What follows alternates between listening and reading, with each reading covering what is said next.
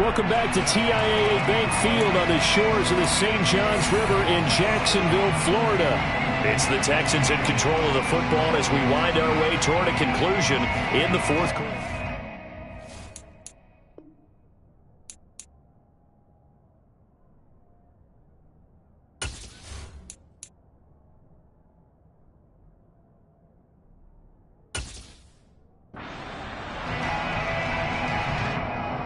Here we go, Jack.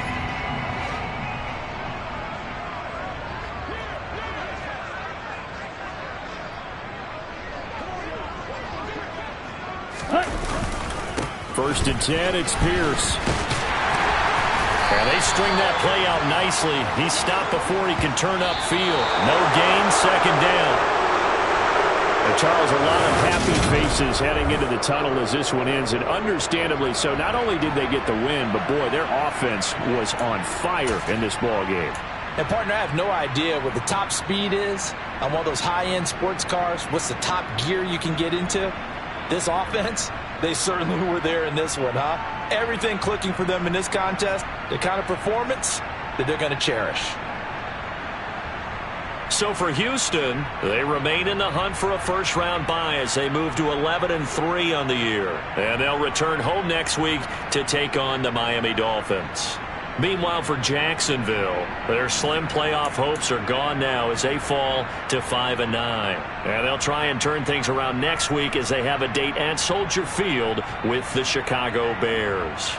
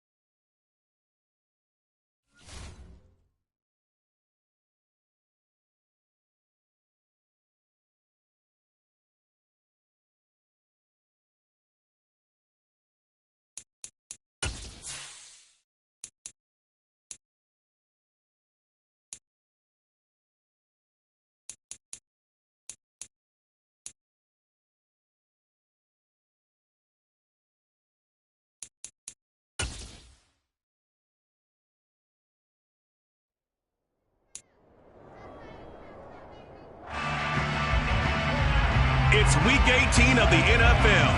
And up next are the Texans' burner at wide receiver. He's been a quarterback's best friend, nearing 1,300 yards receiving on the year. It's the Texans and the Jaguars, next on Madden Football. We are pleased as always to be bringing you coverage of the National Football League on EA Sports. Today, the curtain falls on the regular season, and we've got a good one in store between the Jacksonville Jaguars and the Houston Texans.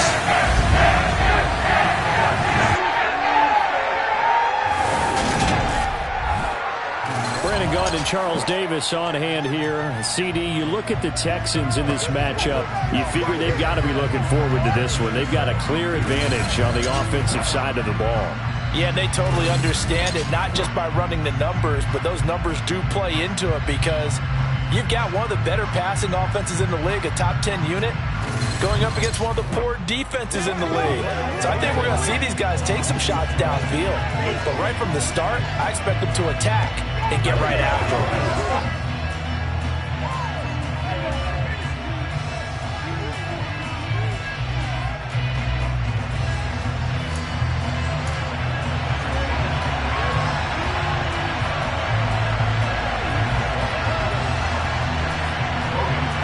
And we are underway from NRG Stadium in Houston. And the opening kickoff will not be returned, as that will be a touchback. So out come the Texans for their opening drive.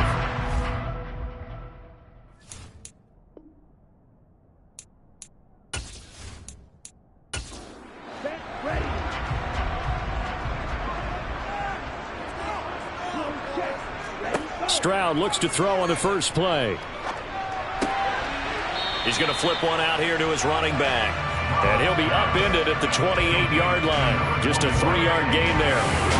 Kind of an odd schedule this year. These two teams getting their two games in very late in the season. Their first meeting just a few weeks ago, back in Week 15. And it was the visiting Texans who came away with a victory. So they'll look to take the season series if they can win here in Houston.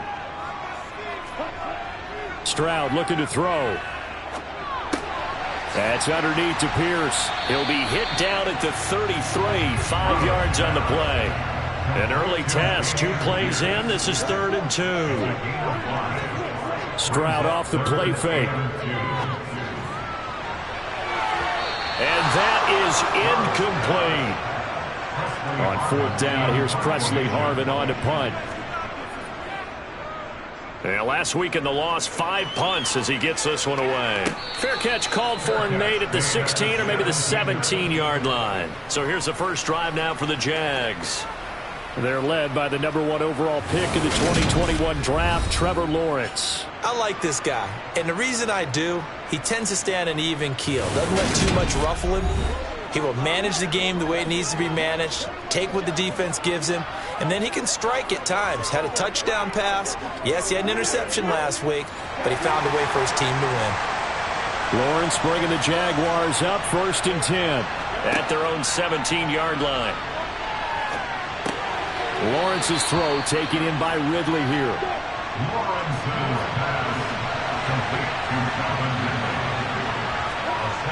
They go play action now. Lawrence. They'll get this out to the flat for Etienne. They'll get 3 as the drive continues. It's a 1st down. That was a pretty favorable situation there. What would you call that? 2nd and manageable? Smart play, too. Didn't force it downfield when he didn't have it. Just checked it down, let him get the 1st down, and that's exactly what he did.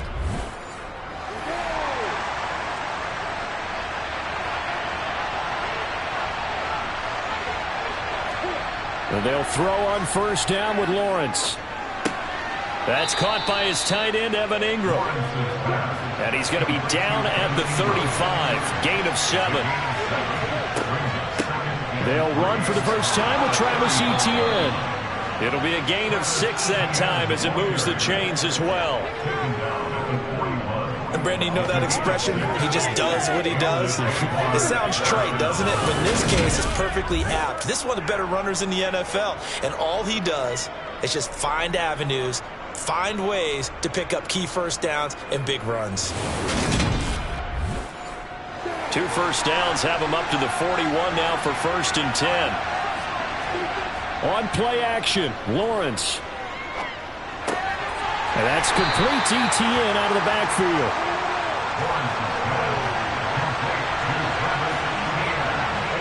Throwing again on 2nd down. Lawrence Got his man complete over the middle. That's Jones. And they'll get this down to around the 47-yard line. Well, from their point of view, this game could not be starting out much better, could it? Force a punt on defense, and now they're moving it crisply on offense. Crisply, I like that. Yeah, moving it very, very well. Looks like the defense on their heels a little bit. You put a score in here, long way to go, but you're right, that's a heck of a start. Yeah, and I think this is where the play caller is looking at his play sheet and saying, grab that dagger play, grab that play and just finish them off right now, because I think they'd love to gain that big advantage early. This defense is a difficult one to prepare for, one of the best in the league.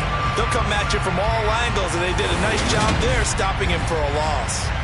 So the first down run lost a couple. Now they come up 2nd and 12. Here's Lawrence. That's caught on the left side by Kirk. And he'll be brought down inside the 40-yard line. Play number 9 set to come here on the drive on 3rd and 2.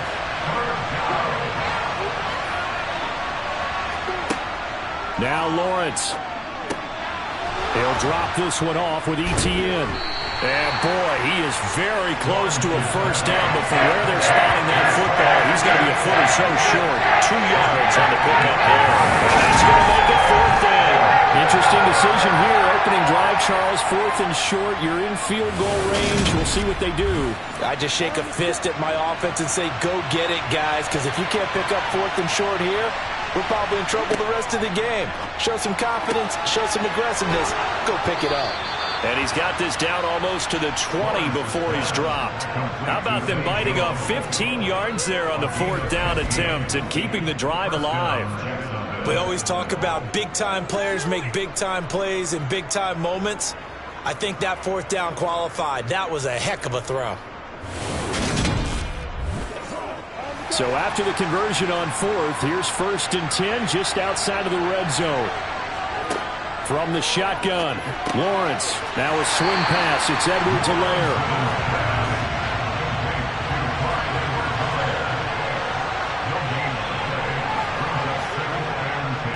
On 2nd down, a run with Etienne. Trying to run inside, but nothing there.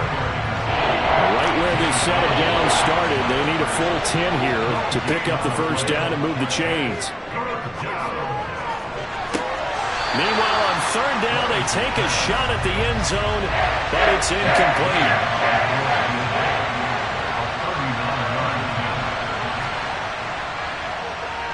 Gay's kick is good, and the Jaguars grab a 3-0 lead. So they're able to end that drive with 3 points in this one-possession ball game. And ideally, you want to end every drive with points. Most quarterbacks would tell you, let's end it with a kick, right?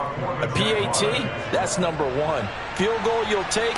Punts, you really don't want to do that. In this case, they'll take the field goal and get prepared for the rest of the game. And a good return as he'll be stopped just shy of the 30-yard line. And as this offense makes their way back out, it's AFC playoff race time as we give you a look. And you can see they'll be the AFC South representative, but for the moment at least, they'd still need to host a wild card game in that first weekend, but not the worst thing in the world. No, not at all, and you and I both know this about this division. It's been wide open and extremely competitive, and it was again this year. So for a team to come away with a division title and get to the playoffs, you know they'll be battle-tested for their run in January and into February. I don't care who you tell them, there's going to be a handful of us. Yeah, right now you're right. They're in man-to-man, maybe need some safety help. I would say that'd be a good idea. Double team him somehow. I'm going to have to make someone else beat me rather than let him shred my defense.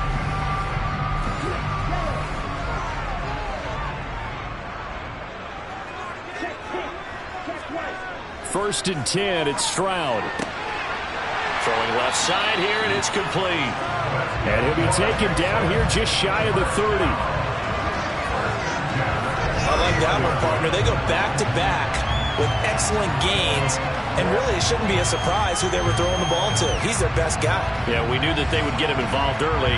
They're doubling down on getting him involved early. Don't be surprised they'll come right back to him again. They haven't shown the propensity to be able to stop him. Back-to-back good plays have him on the move on first down. And they'll go play action here with Stroud.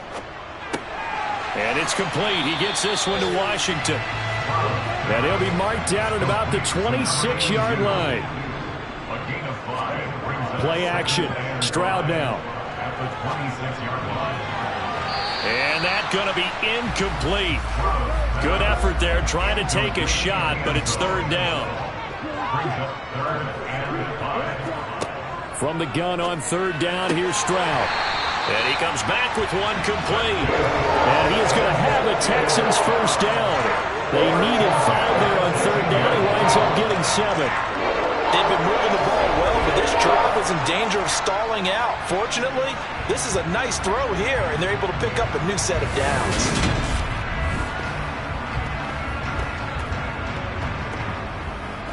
So from inside the 20, here's 1st and 10 at the 18.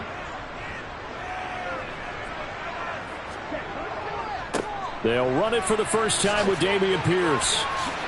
Again the juke. And he will reach the 5-yard line before going out of bounds. The pickup goes for 13 and sets him up 1st and goal. The first drive this unit had, they punted. This drive much more punch. Just looking crisper, aren't they, moving the ball? Maybe the first drive was a little bit of a wake-up call. Probably a little bit angry that they had to punt the ball away the first time they had it. Got motivated, got to the sideline, said, okay, let's not let that happen here as we take over again.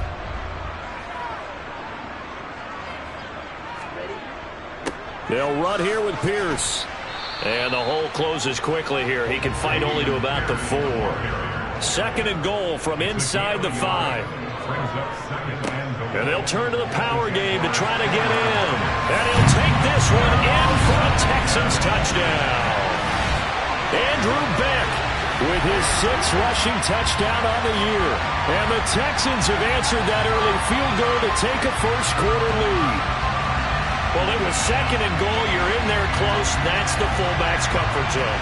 Not only is it his comfort zone, it's an expectation. That's what he's supposed to do. Turn and hand it to him. Big guys fire out. Find your way into the end zone. Tyler Bass on for the extra point attempt.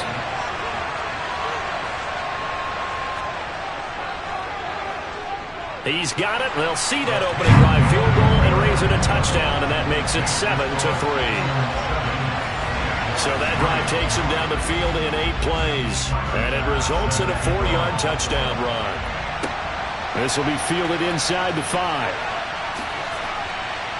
And they will wrangle him down a couple yards shy of the 30. So time to see Jacksonville again on offense for the 2nd time here in this game, as we grind toward the end of the season here, and they haven't had the season that they had hoped. So let me ask you to play GM. Where might they look to make some changes? I think when you look into the upcoming draft, think hard about them drafting multiple offensive linemen. They've got to get stouter up front.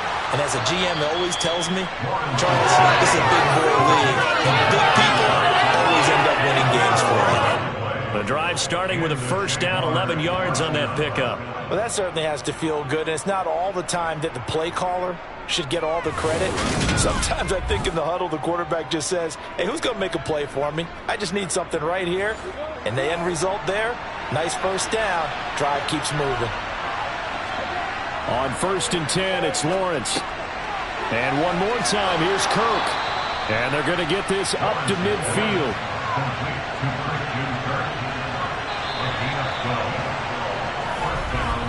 After 7-3 the score on EA Sports. The Jags with the football to begin the 2nd quarter. Back-to-back good plays have them on the move on first down. From midfield now, Lawrence. And this one caught along the sideline, but they say already out of bounds. And the throw didn't give him a chance to turn it upfield, and that brings up 2nd down. ETN up the middle. Shifts by him. And a strong run there as he'll take this all the way down to the 35. That one a pickup of 15 for Jacksonville. They're making it look easy out there. Another first down. So far on this drive, let me do this little bit of math here. 4 plays, 3 first downs. That's a pretty good recipe for success. Ball up to the 35 now as they come up on 1st and 10. Now Lawrence. Caught on the right side by Jones. And they'll work this down inside the 30. From the 29, Lawrence. And he will find Ridley. That's complete. And he's going to be taken down with another first down as the stop's made at the Texans' 19. Give him 10 yards there as this offense is on a roll. This drive continues to plunge forward.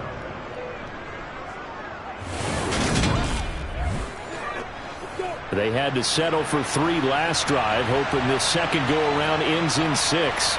In good position, 1st and 10. Meanwhile, Lawrence's throw here into the hands of Jones. And they've got this down to about the 12-yard line. One thing you're hoping for when you run drag routes, you're able to hit a receiver in stride, and you can pick up a lot of yardage after the catch. But in this situation, the defense was effective, able to stop him before he could get a good head of steam going. 2nd and 3, and they trail 7-3, but getting close to changing that. And this defense hoping to limit them to a field goal to preserve the lead. Toward the back corner of the end zone, but he could not get the feet down. This will wind up incomplete. The red challenge flag making an appearance. Doug Peterson not liking what he saw there. They're taking a peek at whether or not those feet were in bounds, and obviously a big call here in the end zone. And not just the feet. How about the hands? How is the ball possessed while the feet are hopefully getting down in bounds? That's what they're trying to look at to see if it all comes together.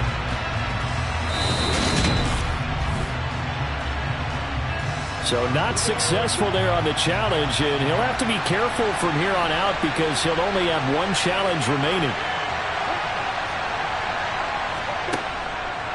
They'll run with Etienne. And he'll be tackled about 2 yards shy of the line to gain. A 1-yard pickup leads to 4th down. That's a mountain of a man that just made that stop, isn't it? But he's more than that. This guy's nimble and quick. More than a space eater, he just made a great play there.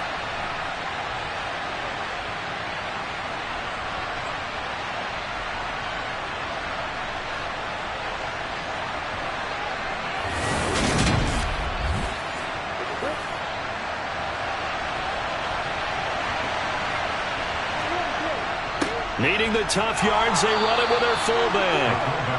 And he picks up the first as he's able to take it down to the 7-yard line. Looking to throw, Lawrence. To the back of the end zone, but too high. Over everybody and incomplete. They'll try again here from the 7 on 2nd and goal.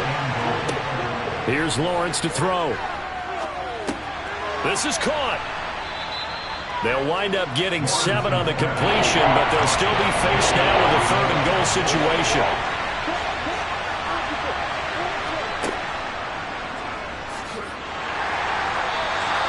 Call it no gain on the keeper, and it's going to bring up a 4th down. This is a long drive offensively. Wouldn't you hate to end this with just 3 points? Doesn't it feel like during a ball game you have certain narratives going on, and there's certain drives that seem to take on just a bit more importance than others? This feels like one of those, doesn't it? To me, 3 points here, a major letdown. This is the time to go and put 6 on the board.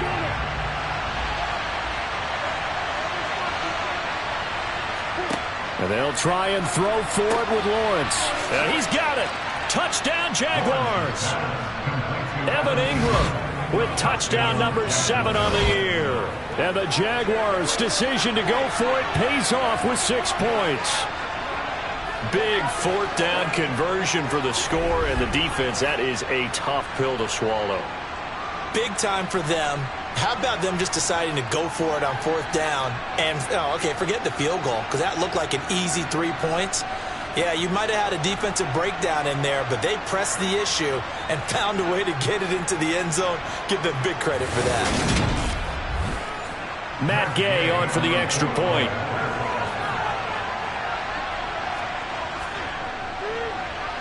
And it's through, and that makes the lead 10-7. That one was an extended drive, 14 plays all told. And Evan Ingram able to finish it off with a touchdown reception.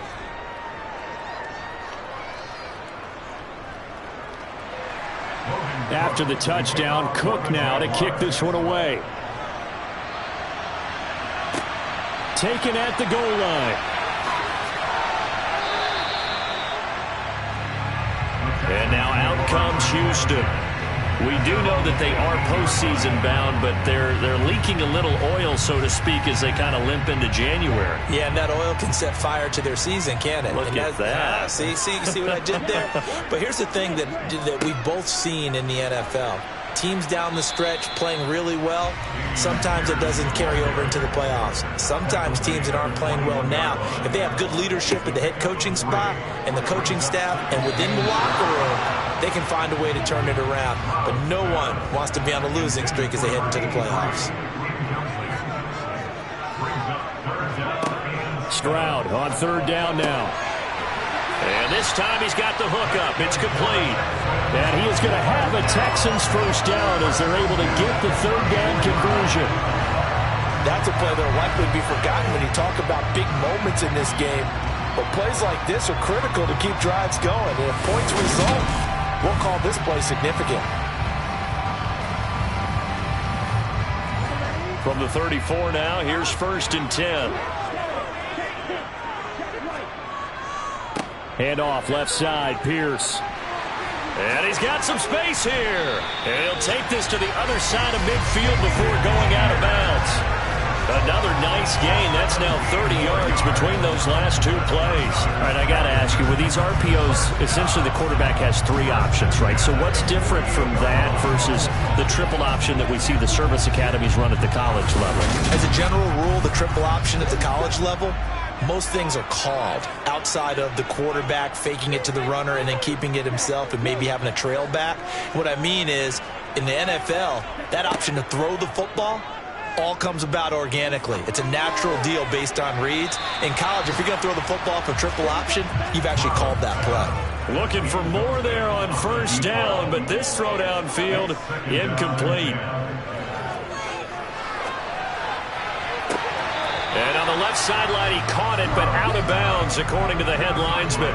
Incomplete, so the ball a little late getting there, and it's 3rd down.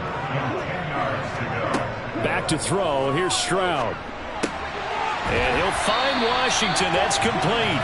And he's going to have another first down as the tackle's made at the Jaguars' 35. A fresh set of downs on a gain of 13 there for the Texans. Well, that tight end position, it just seems to continue to evolve every year in the NFL. Yeah, you're getting really terrific athletes. A lot of them maybe were wide receivers at one point.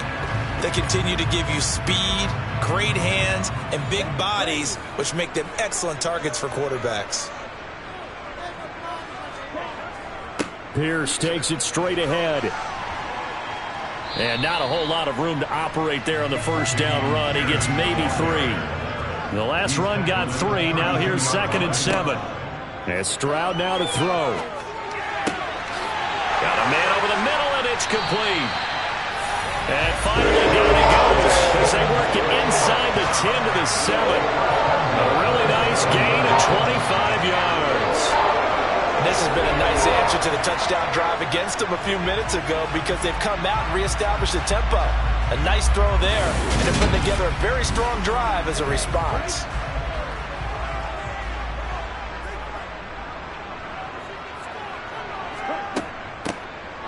They'll try and run for it on 1st and goal. That's a gain of 7, and we'll leave them with 2nd and goal coming up. Stroud to throw it. And that is caught. Touchdown, Texans. A great effort there. There to make the grab. And the Texans are once again back in front. There was no going through the progressions on that touchdown pass. Yeah, nor was it necessary. His receiver won that route early, presented himself. No reason to wait. Go ahead and put it on him and score a touchdown. Extra point by Bass, up and good. And the lead is now 14-10. A pretty long drive that time. 11 plays all told. And it results in the Texans finding the end zone.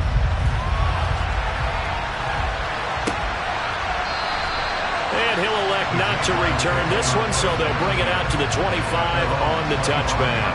The Jaguars getting set to go.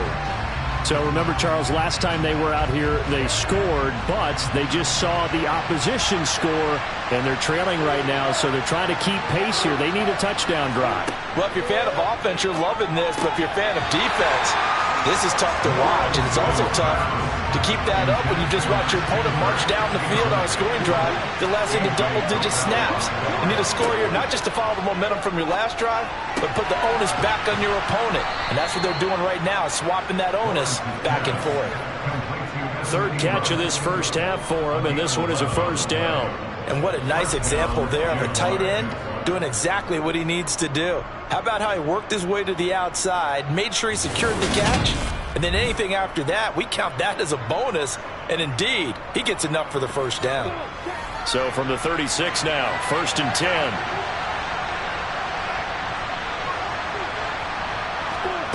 Lawrence will throw.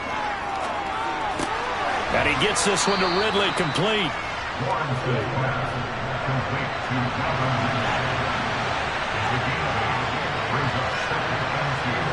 They go play action with Lawrence. They'll get this out to the flat for ETN. So back-to-back plays, each get nothing. And now we've got a 3rd and 3. As a defense, you're more balanced when you're in zone coverage because you're able to keep your eyes on the quarterback and see the play develop in front of you. They're able to keep the quick pass in front of them and stop it right at the line of scrimmage. Coming up here looking for 3 yards to pick up the first. On 3rd down, here's ETN. And some nifty running here as he'll take this across midfield and down to the 47. On 1st down, Lawrence. Toward the sideline, and look at that catch. Dragging the toes, and that's going to be a first down. Well done. A good pickup there at 22. I do have to admit, I like it when it all comes together. When the top part, catching the football, right, whether you're catching it with your hands or cradling it, comes together with the legs, in this case the feet, doing a little toe tap to stay in bounds and complete the catch. And a great job by our crew on the camera shot. Love when you see the grass or on the field turf, those rubber pellets flying up. Great catch. Now Lawrence on 1st down. Escaping the pressure right. Nothing open downfield, so he'll throw it away. So now 2nd and 10 after the incompletion on 1st down. From the gun, it's Lawrence. This complete to Jones.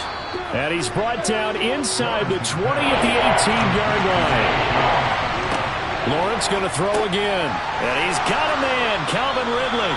And he will have a Jaguars first down as this defense unable to hold. It's a 7-yard gain there on 3rd and 2. Now the Jags will use the 2nd of their timeouts as they'll stop it with just over a minute to go before halftime. Got to say, I was a little surprised to see him, Charles, come out in the shotgun on 3rd and less than a yard. Yeah, but the way the NFL is nowadays, we hardly ever see anyone really run for it on short yard. And that is caught. Touchdown, Jacksonville. Zay Jones. An 11-yard touchdown. And the Jaguars will take the lead here in the final minute of the first half. That could be an important swing right there. A touchdown in the final minute of the half to take the lead. And I like the point you just made there. Could be an important swing because now that they have the lead, if they can carry that into the locker room at the half, they'll feel really good about what they accomplished in the first 2 quarters. Extra point by Gay is up and good. And it's now 17-14.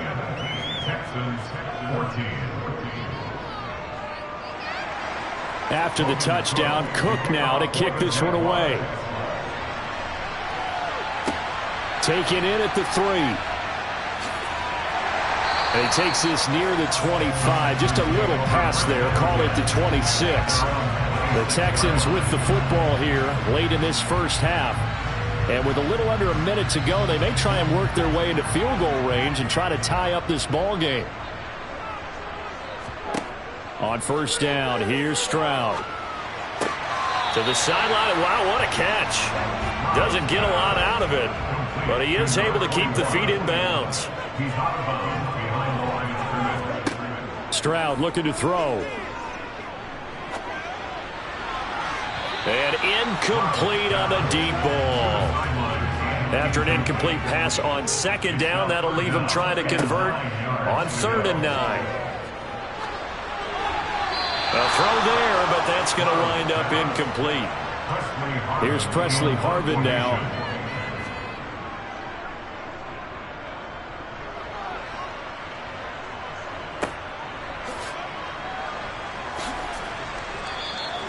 .51 yards on the punt there. And the Jaguars go on offense, first down and 10. And the Jags going to go on offense now late in this first half. And we'll see how this is played. Offensively, they've got the lead. Not a whole lot of time left. What do you think, Charles? Well, it's tempting to try and add to your lead, but a mistake there, that could change things in a big way. I say go ahead, take the knee, get on out for the half. The Jaguars now will use the last of their timeouts as the clock will stop with 21 seconds to go here in the first half. Well, offensively, that's the mismatch that you want. You want to force a linebacker to try and cover your back out of the backfield, out in some open space. The linebackers nowadays, they run like backs, and they take a lot of pride in covering. What a nice play he made there in the open field. Calling a gain of 6 on the play, and they'll be faced with a 3rd and inches.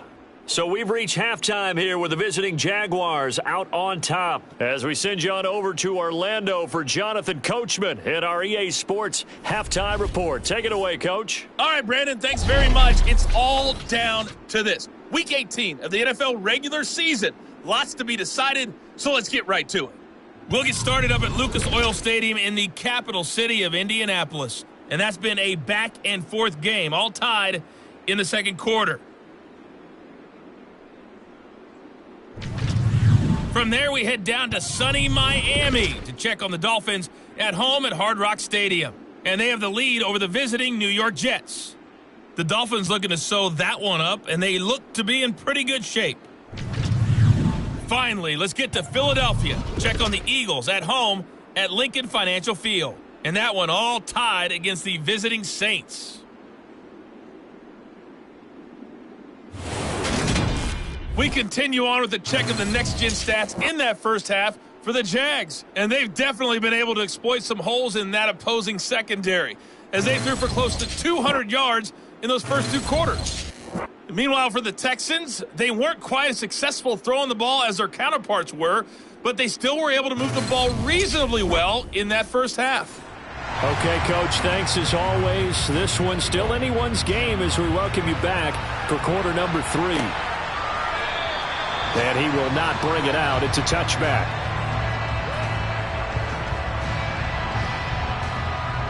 Out come the Jaguars now as he'll go on offense first here in this third quarter. This offense set to begin the third quarter. And, Charles, if they had a checklist of things they wanted to accomplish in the first half, certainly at the top of that list would be having the lead, and they've got that here. That's always the most important box to check, isn't it? But also, they've had some success in their passing game, so probably an empty box, establishing the run. They're on pace for fewer than 100 yards in this one. So now they want to make sure that they get that going so they truly have a control in this ball game, and down the stretch, being able to be balanced. Either throw it or run it and try and win this ball game. On third down, Lawrence looking downfield for Jones. And unable to connect on the long pass. He actually brings it in, but he was out of bounds, incomplete.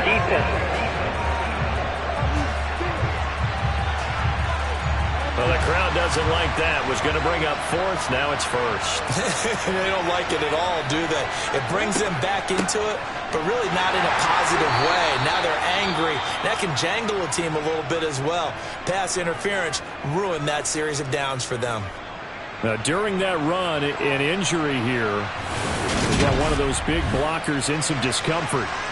This is just the last thing you want to see in the final week of the regular season. Well, I hope he's okay. We'll step aside and be right back. The run only got a yard. Here's 2nd and 9. Another tote for ETN. A gain of 2 there on the heels of a 1-yard pickup on first. They got to get to the 23 here on third. Out of the gun, it's Lawrence. Across the middle and into the hands of Ridley. Touchdown!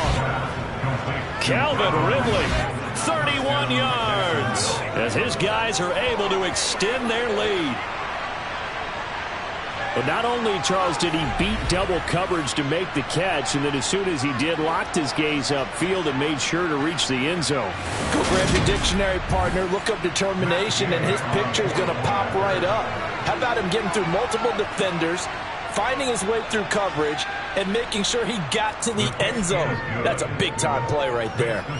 Extra point by Gay is up and good, and his guys will take a 10-point lead. After the touchdown, Cook now to kick this one away.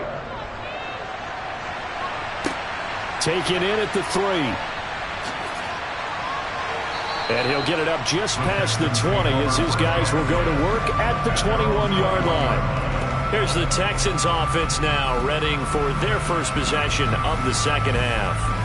They make their second half debut here. Things are looking a little bit tougher now. You give up the points there, Charles, that touchdown drive on the other side. So now it's a 2-score game here. Got to be careful. They certainly do, and I'm just wondering at halftime if those guys just looked into each other's eyes and realized what they've got to get done and come out a little bit more charged up, because if they don't get some kind of points here, that next drive, that could make this a 3-possession game. And he'll get this up to the 34-yard line.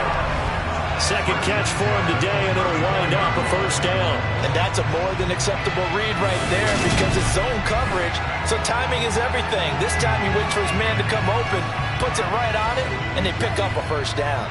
From the 34 now, here's 1st and 10. Play action. Here's Stroud. That's underneath to Pierce. And a pretty little juke move there on a nice gain. A good gain on first, has him set up with 2nd and just a couple of inches now from the 29. Hands it off out of the gun. 4 yards the pickup, first down.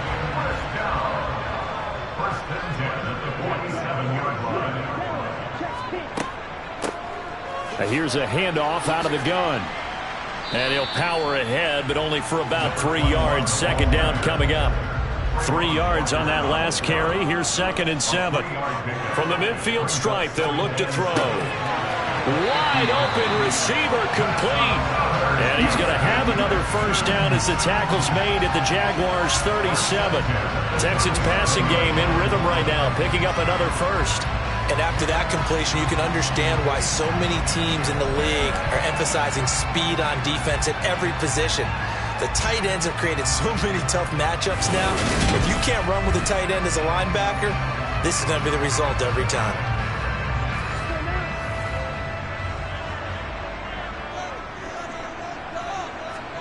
Stroud to the air on 1st and 10. Toward the sideline, and look at that catch. Dragging the toes, and that's going to be a first down. Well done. Texans passing game in rhythm right now, picking up another first. That's a pretty throw right there. That ball's in the air a long time, but it's right on the money on the right sideline. A really good route. Moving the defenders towards the middle of the field before breaking to the sideline. What a completion there. Big-time arm strength. Very nice route.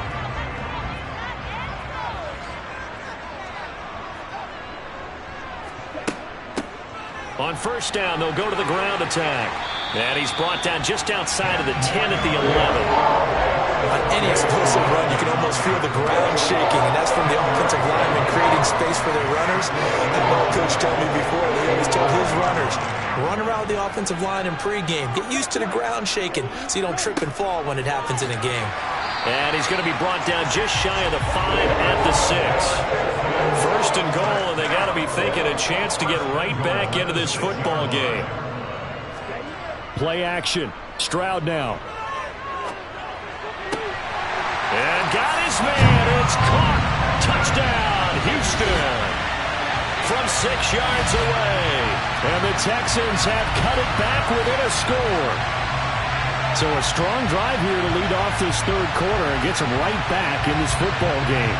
And I think we can safely call that a statement drive because they had to be saying, we have put our best foot forward in the first half, but we certainly mean business now.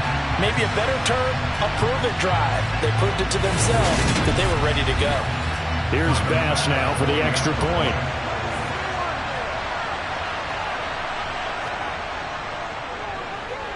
It's up and good, and this now becomes a 24-21 ball game.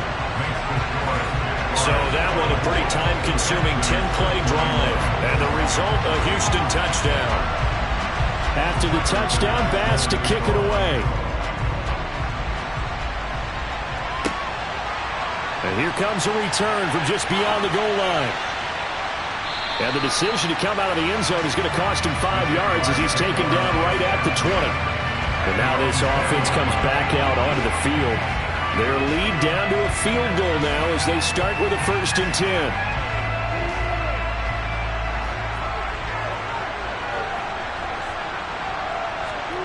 Now Lawrence to throw. Caught by Jones. He'll be dropped at the 25 after a gain of 6. They'd love to just strike back with a touchdown right here, and if it's a long play, so be it. But the main goal, get a couple of first downs, run some plays, run some clock, allow their defense to get a chance to catch their breath, settle down, and relax a little bit after they just gave up a score.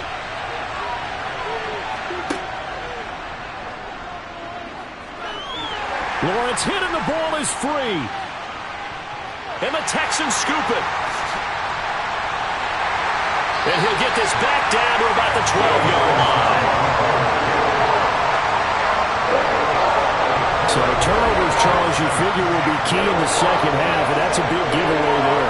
Yeah, and as you and I both know, coaches are always preaching ball security, and none more often than right here in the second half of a tight football game. Now you've got to believe what the coaches are saying and take care of that football. And here comes the Texans now. They've got the ball in a great spot here, already inside the red zone following that fumble recovery. From the gun, they'll try to run it. Down to the 6-yard line on a pickup of 6 as he gets halfway to the goal line. Pierce now up the middle. 49 yards rushing now on 8 carries for him so far. Decided to hand it off that time on the run-pass option. Appeared to be an easy decision. Just gave it inside. Nice, steady gain.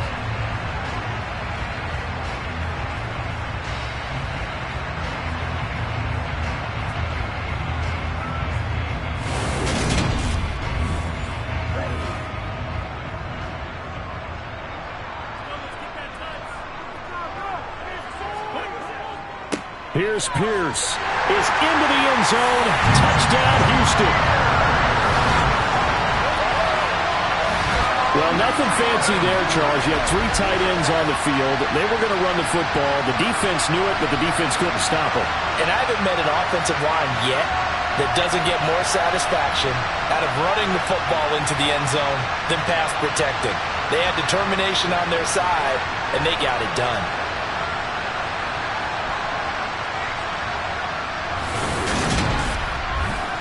Tyler Bass now for the point after.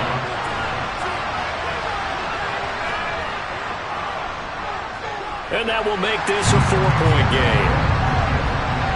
The drive there only spanning 3 plays. And it was Dameon Pierce closing things out with a touchdown run. After the touchdown, Bass to kick it away.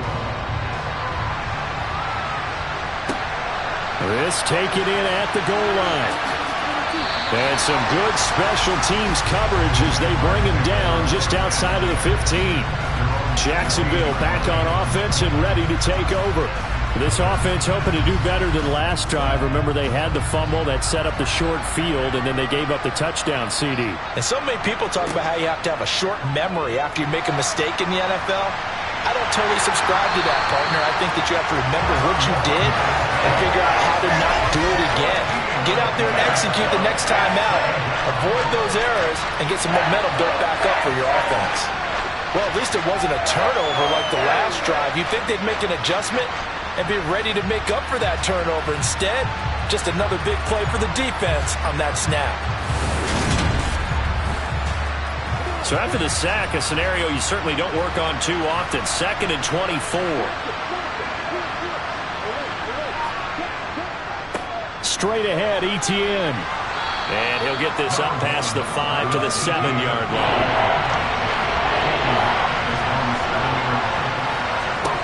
Now on 3rd and long, they'll look to throw. And able to catch it on the left sideline, but they're going to rule him out of bounds. So it'll be incomplete. Certainly one they'd like to have back as it brings up 4th down. Cook now on to punt as he gets this one away. Oh, nice move. They call that a punt of 38 yards officially. And the Texans with great field position to start this drive as they take over 1st and 10.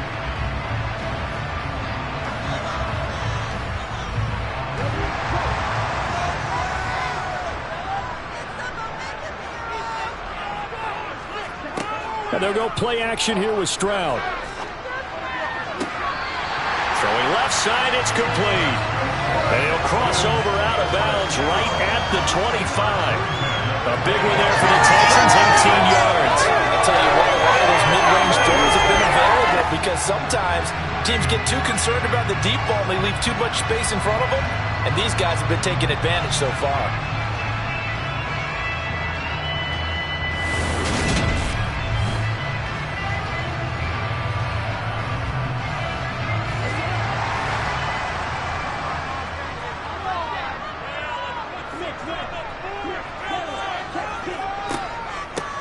And they'll run on the inside handoff.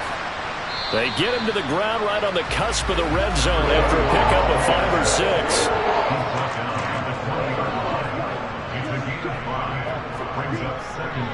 On 2nd down, here's Pierce. And he is close to a 1st down as he's tackled at the Jaguars' 15-yard line. From the gun, he'll hand this off. And he takes it down to the 13 and picks up the 1st.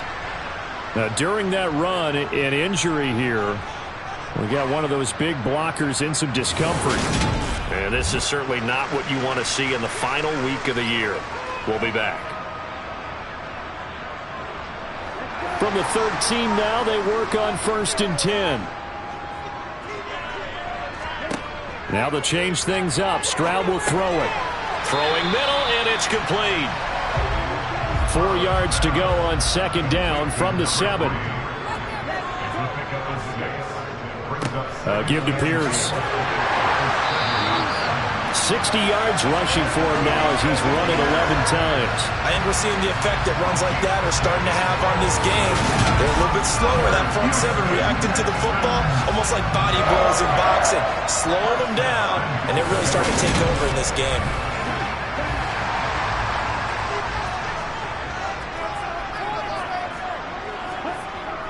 And they'll let the fullback try and take him home. And he gets into the end zone. Touchdown, Houston.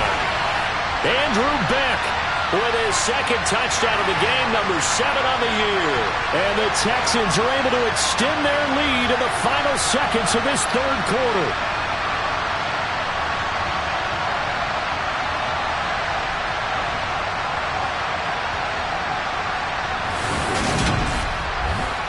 Bass on for the extra point.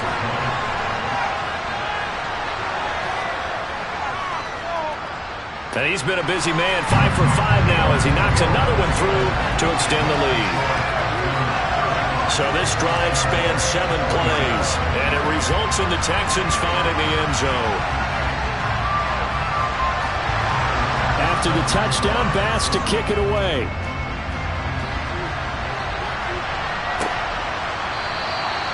No run back here, down to a knee, and this drive will start at the 25. Jaguars come to the line to start their next drive. These guys definitely hoping for a better showing than their... He's got a man, complete! And they're going to have this across midfield and inside the 45.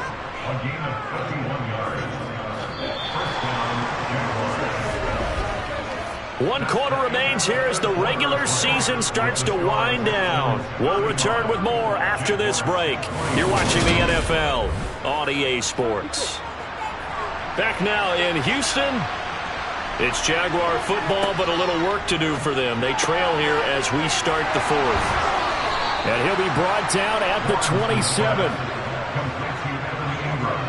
Well, every drive from here out is definitely crucial and critical. They know that they need to get at least 3 here to get it back to a 1-score game. But I can't imagine that in their huddle that they're thinking at all about getting a field goal. They want to get into the end zone and then try and get the ball back again.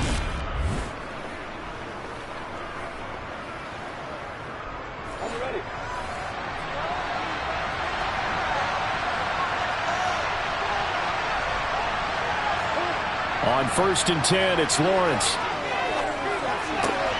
This is caught. It's Kirk.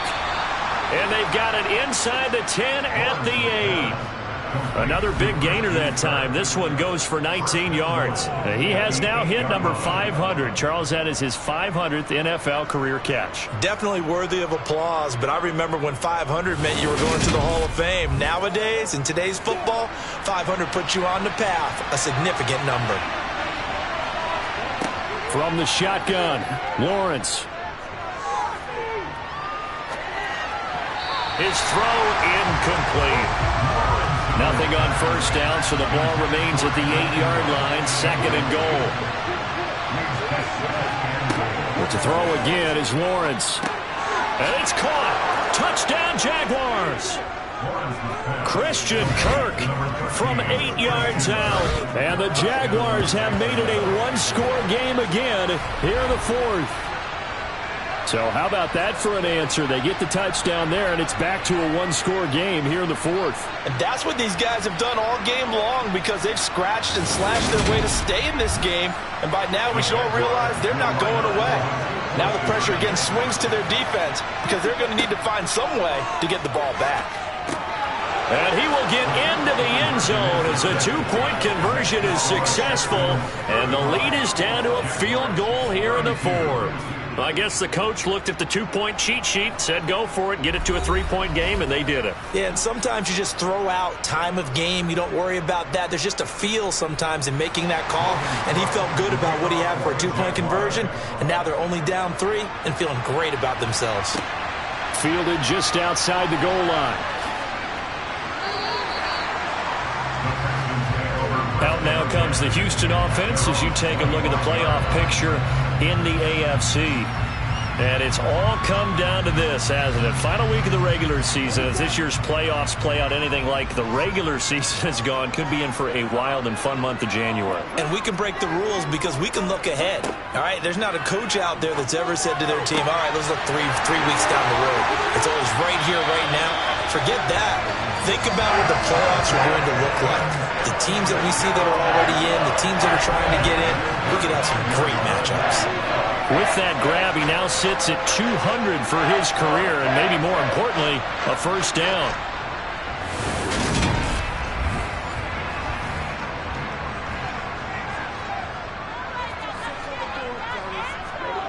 First and 10, it's Stroud. It's a short one here, complete to his tight end. And he'll be hauled down at about the 30-yard line. The 2nd down throw now from Stroud. It's a short one here, complete to the tight end. A short gain here, maybe a yard to the 29. Throwing now is Stroud. Now they set up the screen. That's complete. And he is going to lose yardage here. There'll be a loss of 6 yards on the play. And it'll be 4th down. Well, you can see what they wanted to do. They wanted to set up the screen there, but it got blown up. It's hard to run that play if you're not getting a lot of pressure at the quarterback because the space doesn't open up. They were able to read that one and slow it down and stop it before they could get a 1st down.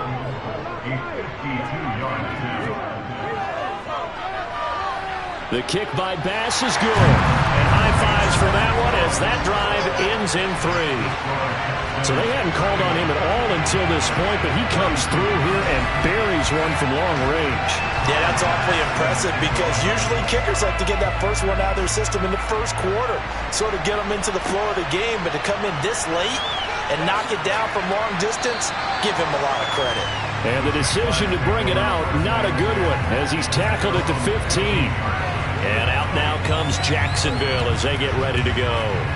The offense coming back out here. Plenty of energy, ready to roll, looking to just add to what they have been doing after scoring a touchdown, Charles, their last time out. And that's a great feeling to have on the sideline, partner, knowing you just won the battle against the opposing defense. And since they came off the field, I'll guarantee you all they want to do is get back out there because they know they have the upper hand on that defense right now. He'll lose a yard there, and it's 2nd and 11. There's no question that coming into this game, this defense is pretty vocal about its desire to take this running back out of his game. And all that pregame whooping has turned into results. After the loss to start out, here's 2nd and 11. Lawrence will throw. He'll complete this to Ingram as tight end. Just a gain of a couple there. And that's going to set up a tough 3rd and 9. They'll come to the line here needing 9 yards to pick up the first. Looking to throw, Lawrence. He'll get this out to the flat for Etienne. And he'll be taken down, but he does have first down yardage. Well, following the play now, they're going to stop the clock here as a man is shaken up. Well, week 18, this is just when you hope everybody can get through the regular season healthy, but the medical staff is going to have to take a look here, and we'll step aside.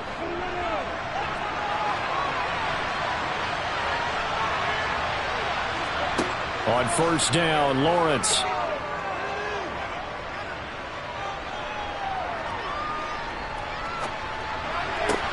Man open, here is Jones. And they work this well upfield across the 45. A well-executed 22-yard gain. Tell you what, he's been able to put the ball in some tight spots all game long. That throw, no different. Yeah, a lot of people would call it a gutsy type of a throw. I think he looks at it as, I can do it, so it's not that big of a deal to me, and I'm going to keep firing.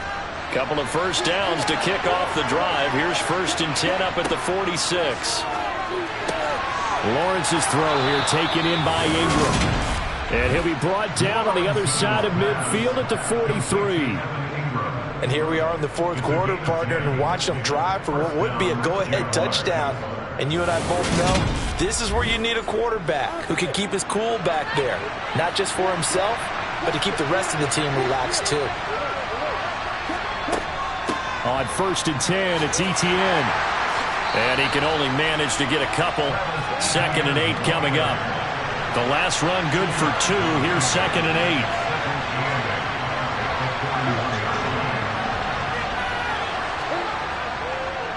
8. Etienne once more.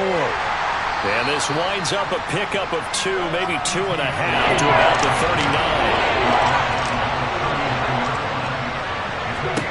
39. Here's Lawrence to throw. Looking downfield for Jones. Got his man, it's caught. Touchdown, Jaguars. Zay Jones with his 2nd touchdown of the afternoon. And the Jaguars are an extra point away from taking the lead here in the 4th. In today's NFL, we talk about quarterbacks and their speed and accuracy, but there's still something about a guy slinging one downfield. And you'd think on 3rd down they'd just be looking for something right beyond the sticks. And I think they caught the defense flat-footed as a result because they decided they were going to take a shot right there, and it ended up being a big play. And you can see in the next-gen stats, that one 62 yards in the air. A very important extra point there, up and good. And they have taken the lead here in this 4th quarter. After the touchdown, Cook now to kick this one away. And there will not be a return here. It's a touchback, and it'll come out to the 25-yard line. Houston set to take over. And they will be looking to answer the touchdown their defense just surrendered. Still a good chunk of time remaining here in the 4th quarter and a chance to regain the lead in a tight one. On 1st down, here's Stroud. Throwing for his running back, and he's got him complete. They'll give him 4 yards there, and it'll be second down. 4 yards on the pickup. Second and 6 at the 29-yard line. Stroud now on second down.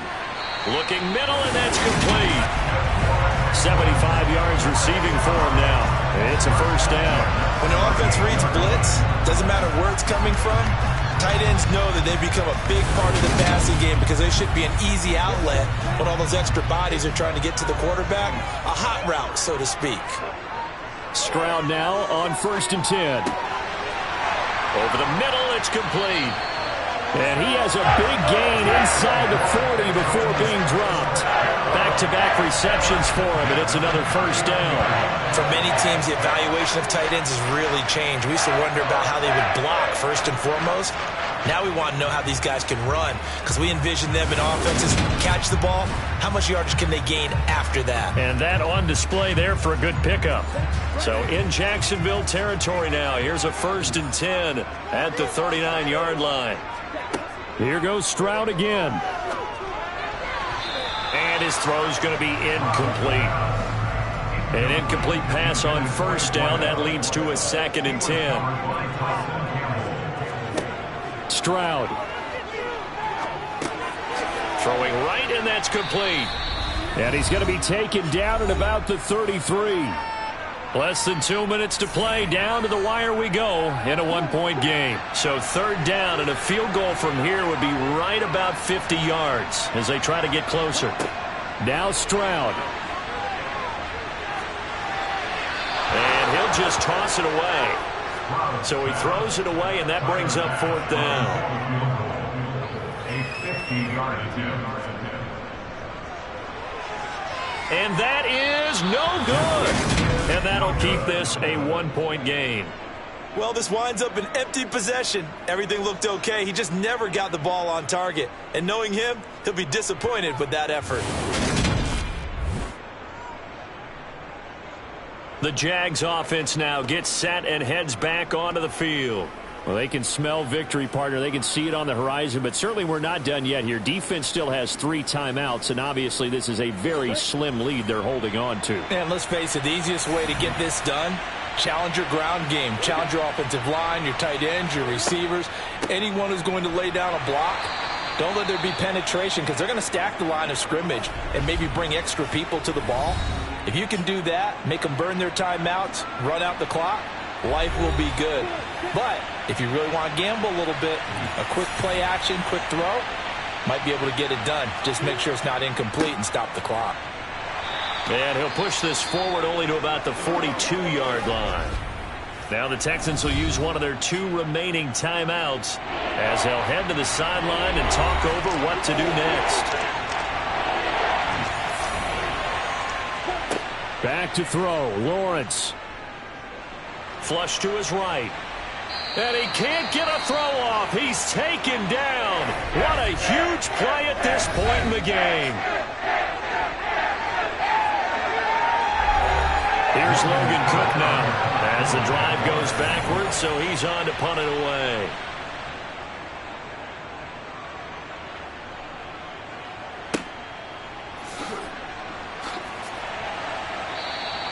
That'll be a 50-yard punt with 8 on the return. And the Texans will take over with a 1st and 10. So now the Texans down on the scoreboard. At time, a huge factor. A chance to end this season with a bang as they come up with a 1st and 10. Here's Stroud. Toward the sideline, and look at that catch. Dragging the toes, and that's going to be a 1st down. Well done. A good gain of 14 there, and it moves the chains. That's what they need right now. Get the 1st down, get out of bounds, stop the clock. Just playing smart football, understanding the situation, making the plays necessary, and making sure that clock stops at every opportunity.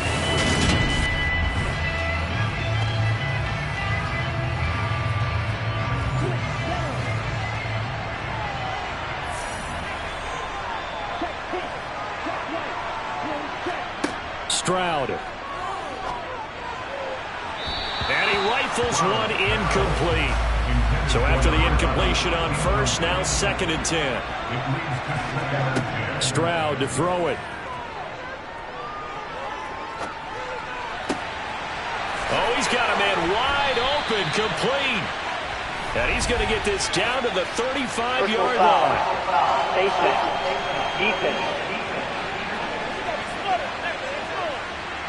Well, certainly those are the types of mistakes they're trying to avoid as they attempt to protect this lead late in the game. And let's face it, they're hoping that this one doesn't cost them in a significant way.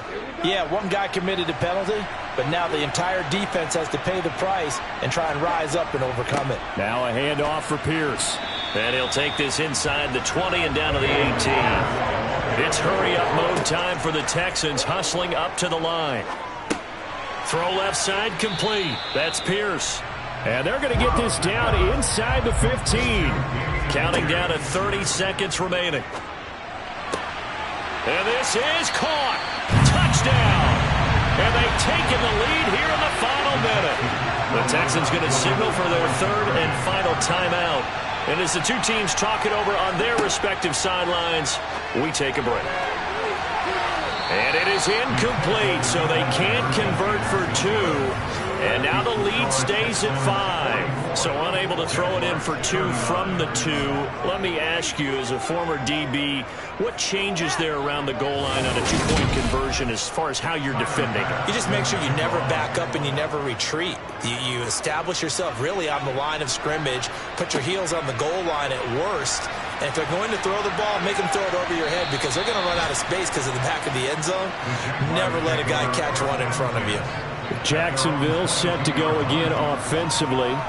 And Charles, a very uninspired effort. The last time we saw them out there was a quick 3 and out, then they punted the football. Yeah, and you never want to get stopped so soundly during a series, but what would be even worse now is letting it happen again right here. They've got to get going. And brought down, but a big gain, a gain that they needed. The only thing to keep in mind here is with him being tackled in bounds, that clock is moving. Throwing on first down, but this one winds up to be incomplete. After the incomplete pass, here now is 2nd and 10. Lawrence. He's going to let it fly. On a bad time late for a poor throw. It's intercepted. Picked off by A.J. Terrell. And the Texans have just about sewn up this football game. When you talk about making winning plays, that is a winning play at this stage of the game. To come up with that interception, huge. I like how you identified that because most people think winning plays are the offense trying to get it done. In this case, nursing a lead, they found a way to make a play on that side of the ball and maybe finish things off.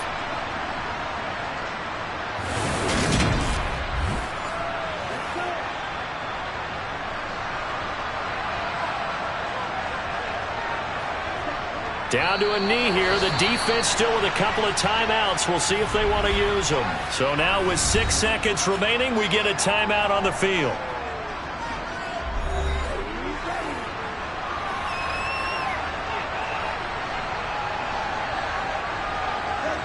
Down to a knee here as the Texans look to let the clock roll. The Jaguars now will use the last of their timeouts. It'll be their 3rd and final timeout, so as they talk things over, we'll step aside. We'll see what they have drawn up here. A little bit behind the line. 12 yards needed to gain a first down. So he'll take a knee here to wrap this one up, and he's going to want to keep that game ball. He was sensational.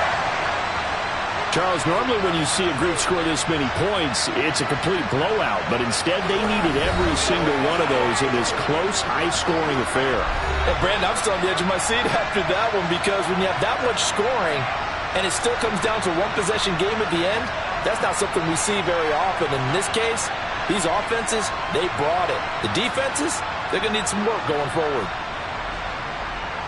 So for the Texans, they finish off the regular season at 12 up and 5 down. And now they'll await the final seeding for the playoffs ahead. Meanwhile, for the Jaguars, it'll be double digits in losses as they fall to 7 and 10 for their final mark. And I think you have to say, ultimately, this was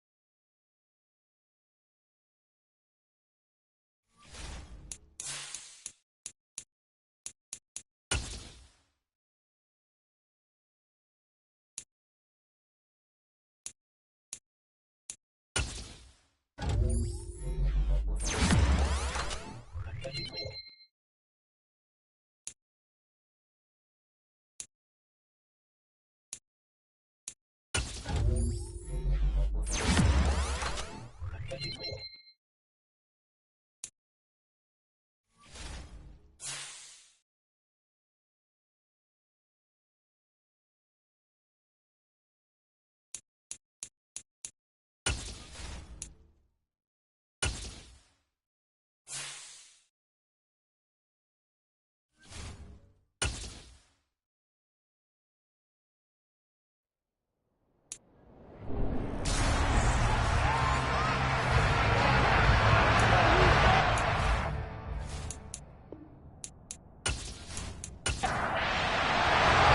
a berth in the AFC Championship game, off we go in the divisional round of the NFL playoffs. And we will not get a run back here to start. It's a touchback, and it will come out to the 25. So the Colts now coming out for their opening drive. And a look at a guy, definitely got a little razzle-dazzle to him. Can do it with his arm or his legs. Their mobile QB. It wasn't really his best performance of the year in the wild card round last week. He just had the one touchdown pass, but he got the job done and his team advanced. For them to continue on to the championship round, though, he's going to need to take a few more chances with the ball downfield, push it a little bit more, and make sure his team finds its way into the end zone a few more times. And he'll be out of bounds across the 30-yard line. Let's make this one simple. What a catch, especially the finishing part of getting his feet in bounds, toe tapping, and, of course, foot dragging. A little tapestry, if you will. Oh, I like it. Here's a 2nd and 2 now from the 33. They'll run. This is Jonathan Taylor. 4 yards the pickup, first down. They go to the ground again with Taylor. And the second wave of tacklers is going to get him as they stop him behind the line. The time called here because a member of the Texans is in some discomfort. So as the medical staff takes a look, we'll step aside.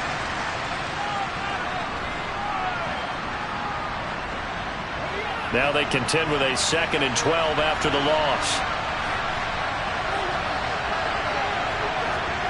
On 2nd down, it's Richardson to throw it. This one completes Alec Pierce. And he's going to be taken down with another first down as the stop's made at the Texans' 38-yard line. A very solid gain of 27. And on this first drive, looks like they want to get that vertical passing game going early. And they did, and what a warning shot they just fired. If you're not going to back up and play coverage deep, we're going to attack you all game long. And once you adjust to that and you start to back off, then that opens things up underneath. A really nice start for them. Great way to get the game going. On first down, Richardson. Looking left side him, he's got a man. That's Allen. He'll be hit down at the 33, 5 yards on the play. On 2nd down, it's Taylor. Down to the 30 after a gain of 3.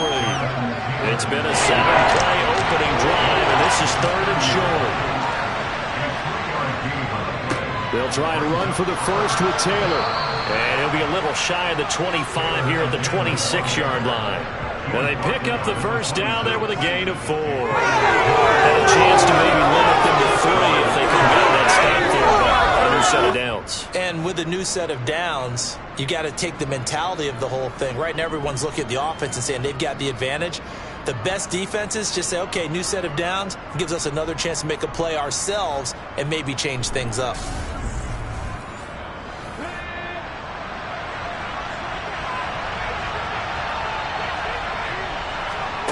Richardson to the air on first down. And a loose football. And his guys are going to take over at the 21-yard line. This drive didn't end well, but if they can keep stringing these together, they'll like what they're doing. That was an 8-play drive before it ended in a fumble. So the takeaway's got to be doing what we want to do and doing it well. Just got to take care of the ball at the end. So out come the Texans for their opening drive. And they'll be led out by their third-year quarterback. And he and his team, they were the beneficiaries of a first-round bye earned by a tremendous regular season. He'd been a little bit nicked up, so he could use the rest. and I'm sure his teammates felt the exact same way. But now to be interesting to watch their first few drives in this one, because sometimes getting the rest is great, but sometimes you accumulate a little bit of rust as well. Maybe they come out flat, and they can't afford that in the postseason. 2 yards the loss, 2nd and 12. Sometimes being a linebacker in the middle of the field is kind of like being a doctor on the field. You got to make the right diagnosis. Here he correctly sets his run and shoots through to make the play in the backfield. So the opening play of the drive goes backwards. Now they'll come up on 2nd and 12. And Pierce gets it again on 2nd down. And some room to run now. And he's tackled at the 38, but they doubled their yardage. The play started at the 19, and they gained 19. Just a terrific run there, Charles, from a running back who is so compact and powerful, and that strength was on display there. Yeah, and this could be a sign of what this defense is in for, because you know all week long the coaches were preaching to the defense, you've got to be able to wrap up against a back like him, or he can make you pay. Technique, technique, technique. And the next-gen stats shows us the tale of how much yardage he was able to pick up after the initial contact. So here's a 1st and 10 at the 38. 1st and 10, it's Pierce. And nothing much materializing there on the 1st down run. He'll get a couple, and that's it.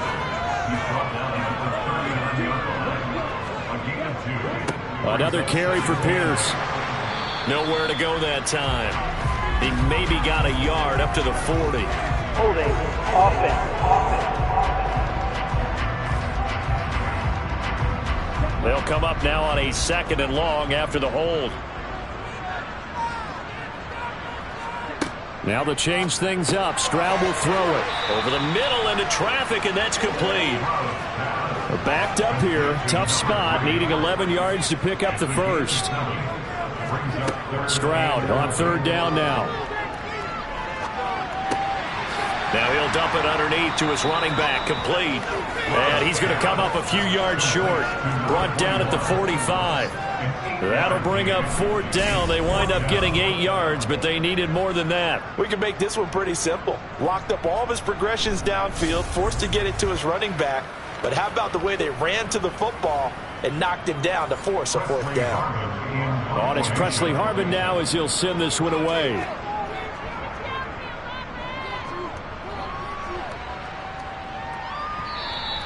And this will hit just beyond the goal line as it's into the end zone for a touchback.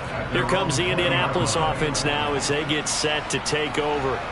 And for them, maybe a little carryover from last week's game. They got the win on the road in the wild card round, on the road here again in the divisional round, but they're hanging tough. Hey, cue a little music, right? Well, on the road. Pierce has it knocked loose. And the Texans scoop it. And they have possession, and they have it at the 38-yard line. Whenever I see a team turn it over on back-to-back drives, fumbles on their last two, I know one person's blood pressure who is starting to rise, and that's the head coach. Absolutely. And when's it going to go down? When they stop fumbling? When they stop fumbling and after he's assessed the game film, and only if they manage to win the game.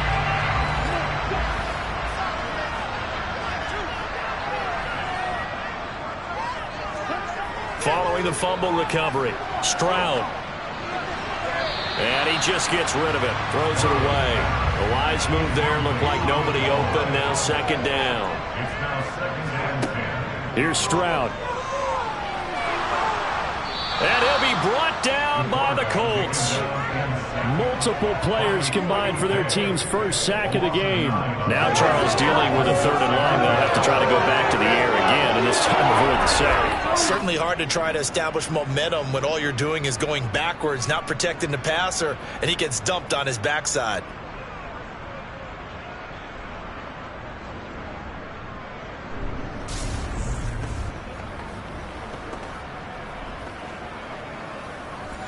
And some secondary help here for the defense in the nickel on 3rd and long. Stroud here on 3rd and long. To the sideline, and that is a heck of a catch as he was able to get both feet in. They'll wind up with 17 on that one, but they're still a bit short here for 4th. So Tyler Bass on now for the field goal. It'll be a 47-yard attempt from the left hash. The kick by Bass is good. And it's now 3-0 Texans. So the fumble recovery had them set up in ideal field position, but they can muster only 3 points out of it. Yeah, when you're able to force turnovers, especially when it results in field position like they had, you really want to make it hurt. Here, they take the field goal. That's definitely not what they were hoping for. And they will not get a chance to return this one as it's through the end zone for a touchback. And now Indianapolis set to take the field. And job one here, Charles, just keep possession of the football. 2 drives, 2 turnovers to this point. You're exactly right, Doctor. Hippocratic oath. First, do no harm. And right now, they're harming themselves on offense. I like that. No one is mistaking me for a doctor, though. But thank you, Dr. Davis. And he can only manage to get a couple. 2nd and 8 coming up. Again, it's Taylor. He'll get a yard, that's all, as they get him down at the 28. So 7 yards from the first down here as they come up to the line of scrimmage. On 3rd down, here's Richardson. This will be taken in by Michael Pittman. And he is going to have a Colts first down as they're able to get the 3rd down conversion. I don't care how many times we see it. I still get a kick out of watching quarterbacks and receivers do the pass tree in pregame warm-up. But I always remember that when we go to practices, we see that after practices as well. They really tune it up, don't they? They tune it up. They know why they do it for these situations. First down. And they build that trust, and that's why they're able to find him in this type of a situation.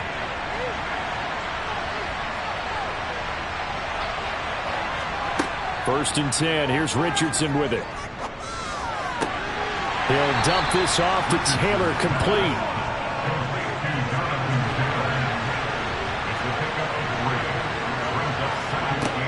Second down, here's Richardson. That's caught inside the 20. And he's going to be brought down at about the 16. That's a great job of working the sideline right there. I love how he tracked the football the whole way. Just reached up and pulled it in. Had excellent field presence to understand where he was in order to make that play happen.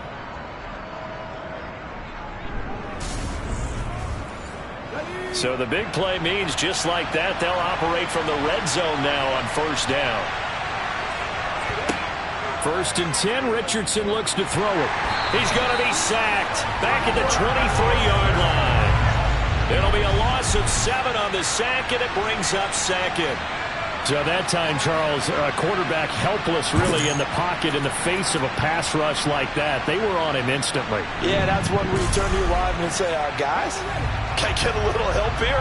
And you have to ask politely because, remember, they're blocking for you the entire game. But as a quarterback, you've also got to have the clock running in your head when you need to get rid of the football. But this time, he had no chance. They were on him instantly. And as we check the next-gen stats, you'll see he had precious little time to do anything with the football there. 3-0 after 1 on EA Sports.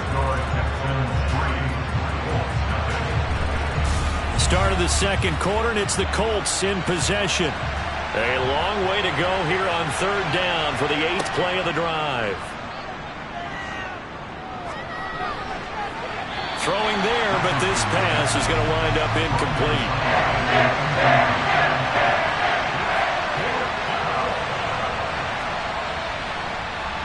Patterson's kick is good, and that will tie us at 3-3. So that kick gives them their first points of the game, CD, and it comes on the 3rd drive, but hopefully for them that's a spark that gets that offense going. Yeah, and I would say if you're the offensive play caller, as you look at your sheet, you're trying to find that part on there that unlocks bigger points. They've struggled with a few drives so far, finally got 3 out of it. How do you find the end zone? That's what he's searching for now. The Texans offense set to regain possession. And after the field goal last time, let's see what they can get here. And at least they got points out of the last drive, Charles. I never met an offensive coach that didn't want a drive to end with a kick. Most of them wanted to end with a PAT, right? In this case, a field goal, they'll take it. Way better than the alternative, which is a punt. Yeah, but you met fan bases that wanted that, that weren't happy with that field goal. I haven't met a fan base yet that wants a drive to end with a kick, other than the extra point. That's it. And he'll be taken down, but not before they work it across midfield. That one good for 26 and a first down. But one of the ways the quarterbacks keep all the receivers alive in a play, never lock in on any one guy. Make sure you keep your eyes moving, scan the field. And here he finds the open guy for a nice pickup. This offense finding its legs now. Here's another 1st and 10. Pierce gets this one running right. Just a yard on the pickup there, and it'll bring up a 2nd and 9. 1 yard gain brings up 2nd and 9. And Pierce gets it again on 2nd down. He'll get about 4 here, down to the 43-yard line. In search of 4 yards here to pick up the 1st down. Stroud to throw it. And this one is incomplete.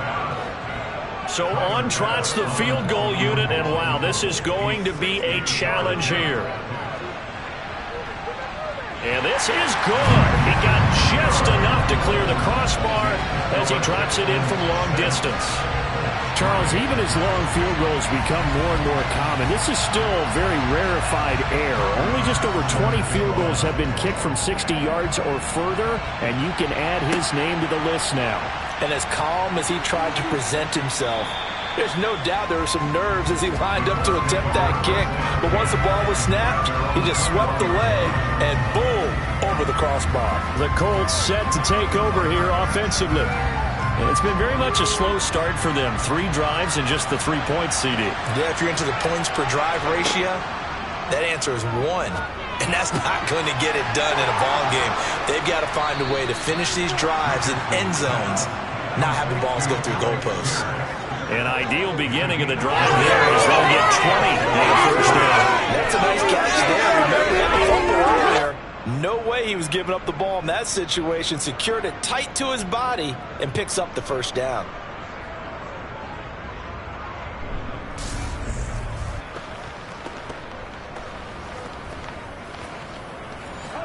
One play has him up past the 40 already, and another 1st and 10. From the gun, it's Taylor. And he'll be pretty well stopped in his tracks. Give him a yard up to the 42. Here's 2nd and 9, just a yard on that last run.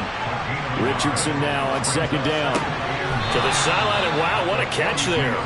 He doesn't get a lot, but he was able to get the feet down complete. Only able to gain a couple there. And now 3rd down and 6 to go. Yeah, that one was covered pretty well because they were trying to leak the tight end out into the flat. I think they were hoping he could catch and turn upfield and pick up the 1st down. And this offense on 3rd down today has been okay. 2 for 3 thus far. This will be 3rd and 6. Richardson shotgun on 3rd down. He finds Pierce. It's complete. And he's going to be taken down just shy of the 35. A gain of 19 yards. 1st down, Indianapolis.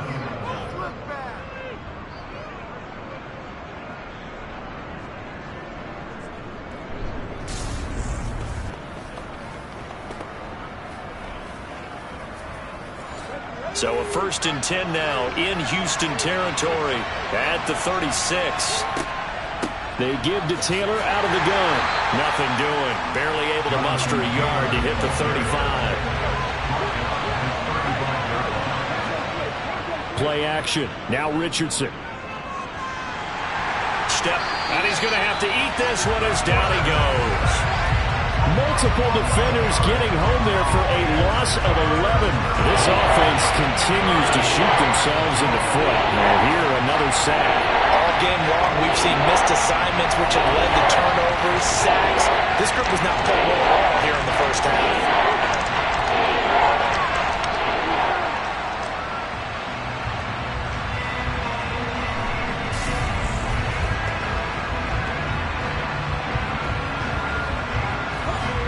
Seventh play of this drive coming up, but a long way to go on 3rd down. 3rd and long for Richardson. Dancing to his left. And he wisely will throw that one away. So a couple of 1st downs on this drive, but it's looking like another empty possession. And those empty possessions are certainly starting to pile up, so the adjustments that teams talk about all the time have to be taking place. They've got to analyze what's breaking down and figure a way to fix it. As Sanchez on to punt here as he sends this one away. Out comes a Houston offense as they get set to take over here.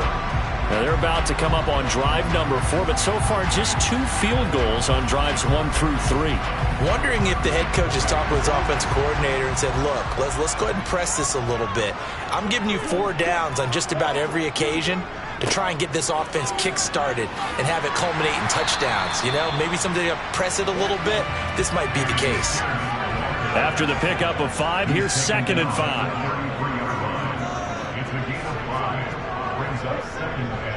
They go again with Pierce. And he'll get it out near the 40 to the 39. 6 yards the pickup, and that's a first down. And that's a nice pickup of a first down on that 2nd down run. And at that yardage gained, they can run that plan any down.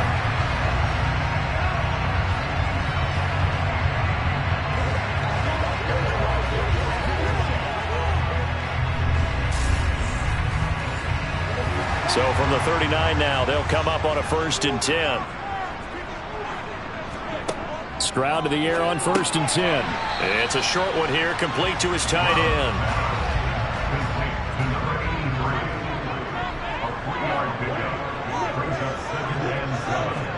And they'll go play action here with Stroud. Got an open man, it's Washington. So give him 5 yards there on the pitch and catch. And that's going to bring up 3rd and 2.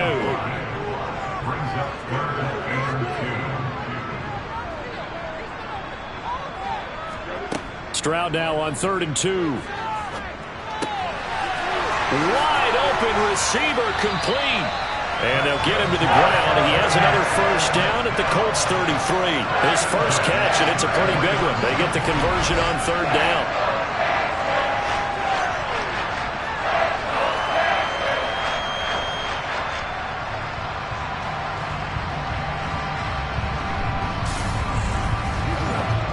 Now from Colts territory, here's a 1st and 10 down at the 33. Again, it's Stroud. Now they go screen. It's complete. And that play went nowhere. Losing yardage. It'll be back at the 36. But despite the completion, they're going to wind up losing 3 there. 2nd down. You know what the key to a good screen pass is, don't you? Bet you're going to tell me. Good blocking? Well, good blocking eventually. But first is good acting.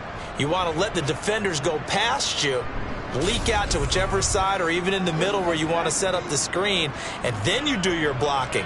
How about the read, though, by the defensive guys? They weren't fooled at all and actually ran with the lineman to where the play was and smothered it. And this is going to be intercepted. Picked off by Malik Hooker. And the Colts are going to get the football here as the ball will come out to the 20. Well, they tried to take their shot right there, but the ball hung up a little too long, and it's intercepted. And when you describe trying to take their shot right there, usually the ball has to be thrown out a little bit more of a line. You just mentioned it. The ball hung up there. The reaction time of the defenders, they win the day and intercept it. The Colts now, their offense works their way back onto the field. As we eke closer and closer to intermission, Charles, remember last time out they punted. They would love to get points here, especially if this is going to be their final possession of the first half. Yeah, and this is what close games feel like because the pressure is on both sides, but sometimes the pressure is a little bit higher on the team with the slight edge because they're trying to hold on to that, trying to increase it. Let's see how this one continues. Still first down. So following the hold, they're in a bit of a hole here with a 1st and 20. Richardson. And that one complete to Hodgins.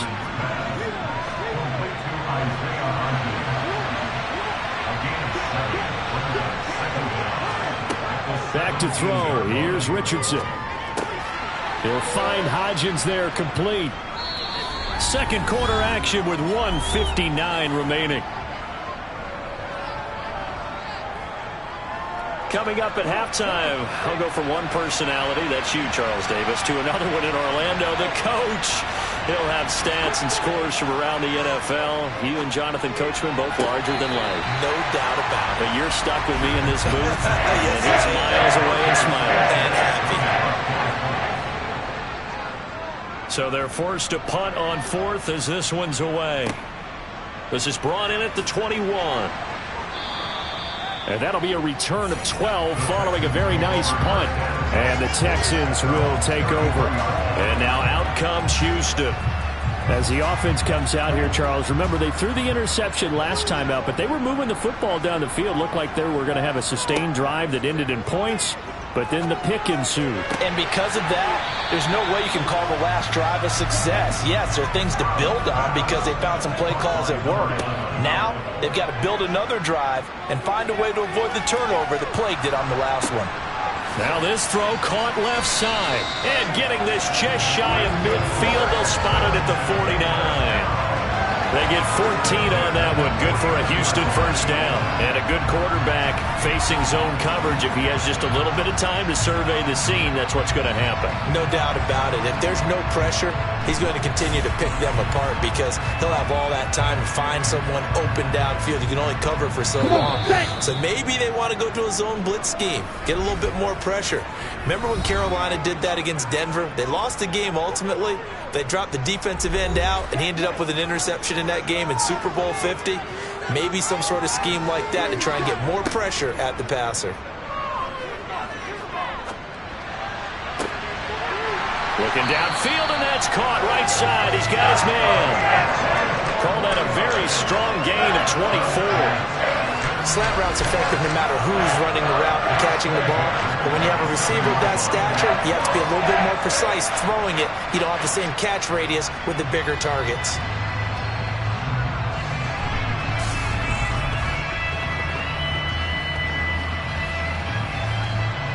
Could we get a touchdown in this first half after all? It's 1st and 10.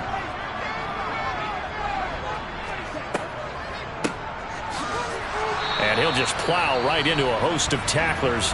Nothing there at all, and it'll be 2nd and 10.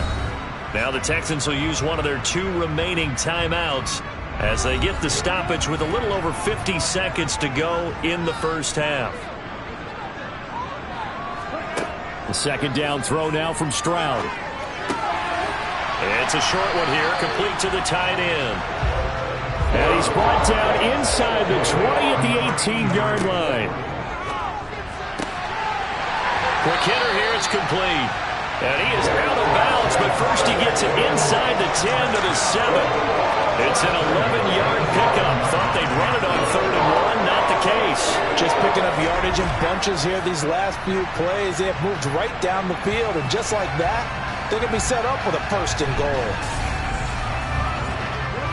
A kicker fest so far, all points via field goals. They're hoping to change that right here. Throwing now is Stroud. The quick slant caught. That'll bring up 2nd and goal after the gain of 5. The Texans going to signal for their 3rd and final timeout as they stop it with 16 seconds to go in half number 1.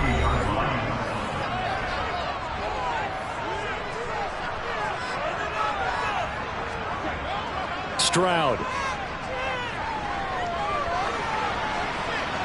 And he just chucked that one out of bounds, out of everyone's reach. Maybe a wise call not to take a sack in this part of the field. It brings up 3rd down. 3rd and goal, Stroud. And that is caught. Touchdown, Texans. A great play there in the final seconds of the first half. And the Texans will extend their lead here just before halftime. And this drive, Charles, very well timed as they score with very little time remaining in this first half. And I'm reminded that they get the second half kickoff as well, so they can break this one wide open before the other guys have a chance to possess the football. Extra point by Bass, up and good. And his guys will take a 10-point lead. That time, a 9-play drive. And the result, a Houston touchdown. Maybe time for one play on offense. 7 seconds to go in the half as the kick is away. This will be fielded inside the 5. And he won't get this to the 20-yard line as he's down at the 19. And the white flag coming out as they line up to kneel on it. All that remains is to snap this once, and that'll do it for the first half of play.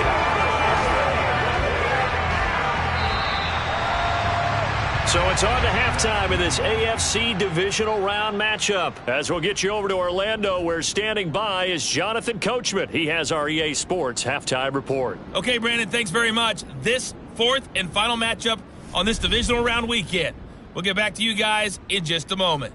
But first, let's take a look back to Saturday's AFC divisional round game. And it's the Cincinnati Bengals who are moving on as they were able to eliminate the Buffalo Bills. On now to a look at the next-gen stats in that first half for the Colts. And not much went right in those first two quarters. You can see the numbers on the ground there. Not a whole lot to write home about so far.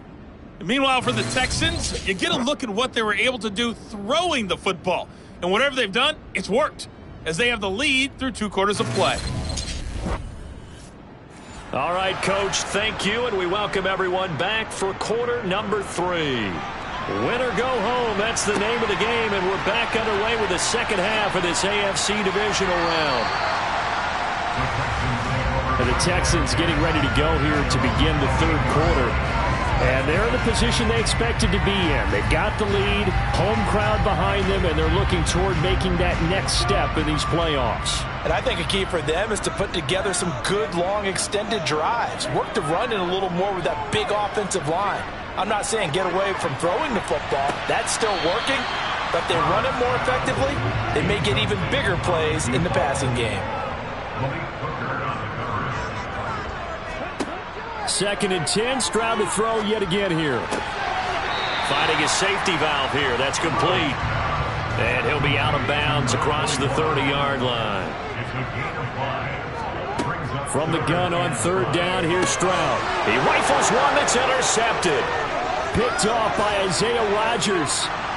And they will finally put it into the return, but not until he takes it back all the way inside the 10-yard line.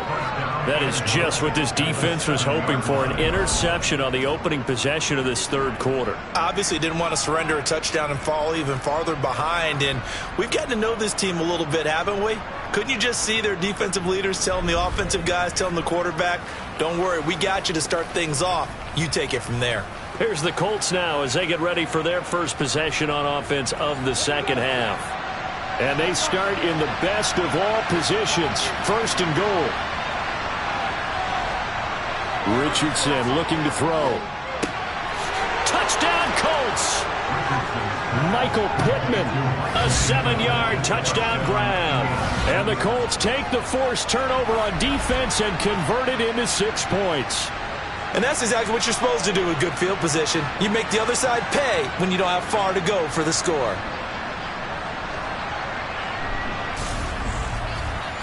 Riley Patterson now for the extra point.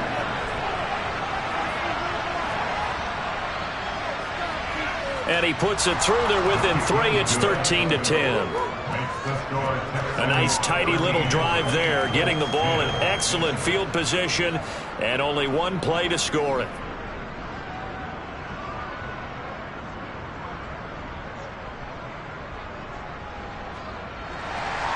Sanchez now, he'll kick it away following the touchdown. Takes it at the 7. And he brings us out past the 20 to the 24. Houston set to take over. Pretty important third quarter drive for them. Momentum has sort of shifted the other direction after that last touchdown as they nurse this small lead.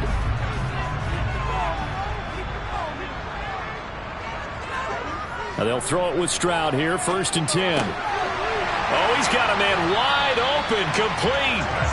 And he gets this one just shy of the 40, down at the 39.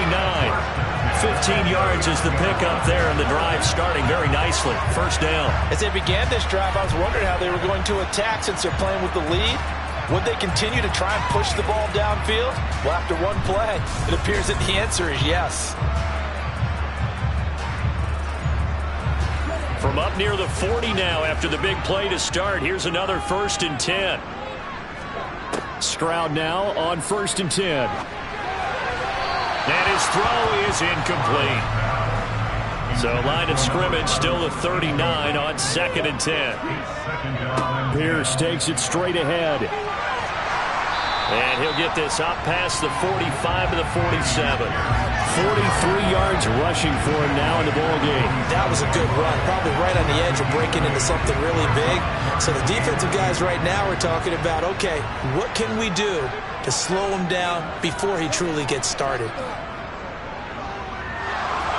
Stroud is hit, and the ball is loose. And the Colts pick it up. The big fella, the 20. And they are going to score on the fumble return. Touchdown, Indianapolis. So a big turn of events there. This defense makes the play. They return it for the score, and now they have the lead. So much for ball security for the offense. Playing with a lead in the second half, they give the ball up, and all of a sudden they're behind. Big-time fumble. Extra point try now for Patterson.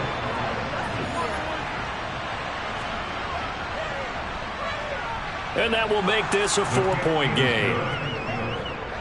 So not only the cough up, but then the pickup on the other side, the scoop, and the score the other way, the fumble return for a touchdown. And you can bet they're preaching two hands on the ball here as the kick's away following that fumble return. This one taken just inside the 10. And it's a pretty good return here as he'll get this up to the 29. Now comes the Houston offense as they get set to take over here. And they've sort of lost their way, partner. How do they recalibrate and get this proverbial train back on track? Well, this is where leadership really comes into play. How's the head coach handling it? The offensive coordinator? Sometimes they just make a joke. All right, guys, had your fun? All right. Throw it out the window. Yeah, let's get back on track here. And sometimes that'll work just fine. I guess it's time now to lean on that leadership. Going for the deep ball. That's caught inside the 20. And he'll be marked down right at the 15-yard line. And that looked almost to be a case of, a quarterback saying, hey, I'm going to throw this as far as I can and hope you run under it. Mission accomplished. And we often talk about hang time for punts, but in this case, we should probably calculate the hang time on that throw because that one hung up there for a long time and managed to keep going and going until it found its target. A real field flipper there as all of a sudden they've got a first down in the red zone. On first down, here's Stroud. This will be caught just inside the 10. And that's good for a gain of 6, and it'll be second down. Nice rhythm throw there on first down. He located his tight end, made a nice easy pitch and catch. Hoping he can break a tackle or two. Wasn't able to do that there, but still good yardage. This is a 2nd and 4, ball at the 9.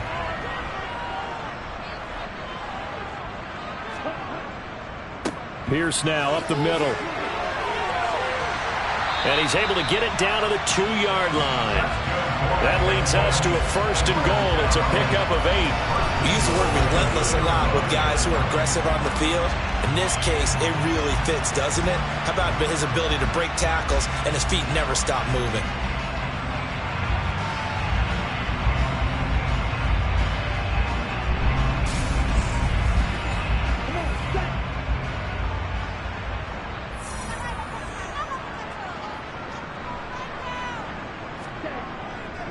Here's Pierce.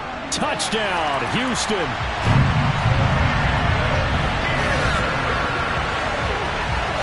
Woods offense hasn't hurt him one bit. 1,000-yard rush in the regular season. Got his first touchdown here in the playoffs. Perhaps the week off energized him. A great article in the paper this morning basically saying that they would not have won the division without him. And he's not their only piece, but I think that's a fair statement. It's easy to say it this way. He's their main cog.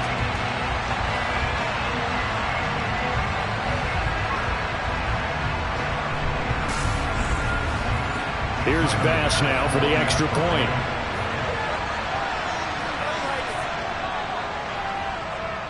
And that one gives them a 3-point lead. So that drive spanned 5 plays. And it was Dameon Pierce closing things out with a touchdown run. After the touchdown, Bass to kick it away.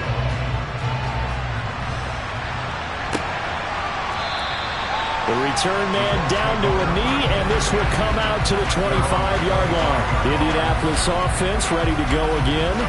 This drive here beginning probably with a pair of motivated groups. Remember, the offense scored a touchdown on their last time out, looking to repeat that in Charles' defense. They were very frustrated after giving up 6 the last time on the field.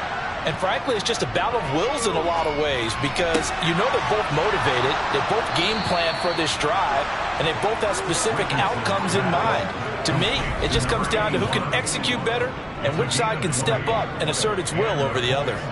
Oh, a lot of credit to the play caller here. He saw the design in his mind and implemented it. A little zone stretcher here because they started the tight end on the left side of the formation and sent him on a crossing route. And this works really well when you can find that space between levels, and they were able to do so for good yardage. They juked him, and he'll be brought down at the 50 after a gain of about 5. The first down run got 5. Here's 2nd and 5. Off play action, Richardson. And incomplete. Certainly appeared to take away his first read, and by the time he tried to look elsewhere and find an open target, the coverage was too good. That one falls incomplete. And he'll find Pittman. And they'll get this down to the 42-yard line.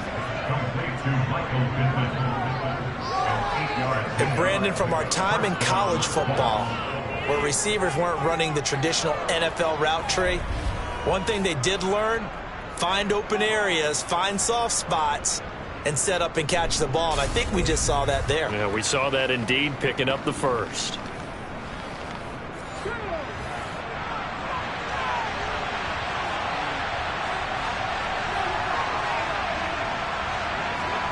First and 10. Here's Richardson with it. That one tipped, and it's incomplete. Well, good hands there defensively. That's 2nd down. Up the middle, here's Taylor. Oh, what a move. And a good job of finding the open space to run as he's down close to the 30 here. A gain of 11 that time, and a Colts first down. And it's really been successful to order the route in this game. That's allowed them to move the ball on offense. But I've got to tell you, to watch them run the football and successfully, I'm not taking sides. But to see the ball in a running back's hands, oh, that's football for me. Line of scrimmage, the 31 now on 1st and 10. On first down, Richardson. And his throw's going to be incomplete. Line of scrimmage, the 31 as they line up 2nd and 10. Richardson on 2nd and 10. He'll find a man over the middle. It's Pittman. An 8-play drive to this point. So here's play number 9 on 3rd and 7. On 3rd down, here's Richardson. It's incomplete. Took a shot, couldn't connect.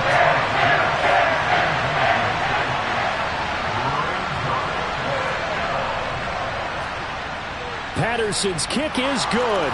And that's going to tie things at 20. So in the end, they had the ball for 10 plays, but the drive gets them 3, not 6. Is it okay if I give credit to both sides on this one? Absolutely. All right, let's start defensively. They hung in there. 10-play drive, but they stiffened when they got close to the goal line, made them kick a field goal. For the offense, 10-play drive. They might be a little disappointed they got a field goal, but they moved the ball down the field with dispatch and came away with points. And out a little across the 25 to the 27. And the football going back over now to the Houston Texans. A long drive last time out for this offense, Charles. If you remember, they started basically in the shadows of their own end zone, marched it down the field, and a lot of that was through the passing game. And, partner, as a former defensive back, I'm having almost a physical reaction watching what's happening right now. But let's give credit where it's due because they've done an excellent job moving the ball through the air. Secondary getting picked apart pass by pass. Obviously, they didn't make some adjustments there down there. And because offensively, you know that they're not going to be shy about throwing that football. Caught that look from you there, partner. I think we're on the same page on that one. Just his first catch, I think we both thought he'd be a little more active in the passing game. Let's see if that's the start of them trying to get the ball to him a little bit more here in the second half. 1st and 10, it's Stroud. Firing quickly here, and that's complete. And they're able to work this across midfield to the 48. That was a nicely run slant route, and what the receiver's trying to do is make the defender think he's going upfield. for a deeper route and then breaks it off, usually after about 3 to 4 steps, and cuts towards the middle of the field. And now what he's trying to do is use his body to keep the defender away from the football and give the quarterback a really nice target. And he'll take this ahead for about 4. Second down coming up. The run got 4. Now they deal with a 2nd and 6. And Stroud now to throw. Going down the middle, and it's complete. And they'll get him to the ground. He has another first down at the Colts' 25-yard line. Texans passing game in rhythm right now, picking up another first.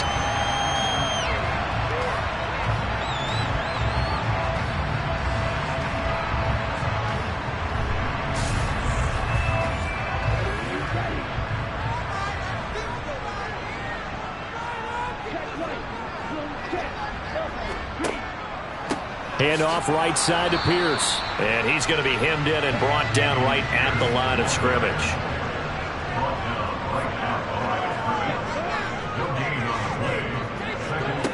Now Stroud. Got a man, and he hits him in stride. And he'll get nothing out of that one. Now play number 7 of the drive as they're looking at a 3rd and 10. Stroud on 3rd down now.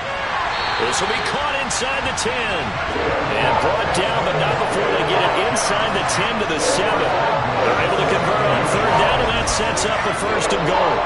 And that could be one of those turning point plays in a ball game. A field goal gets you the lead here, but they want to make a statement and get 6 points. And they're certainly going to get that opportunity as they get the conversion and set up 1st and goal.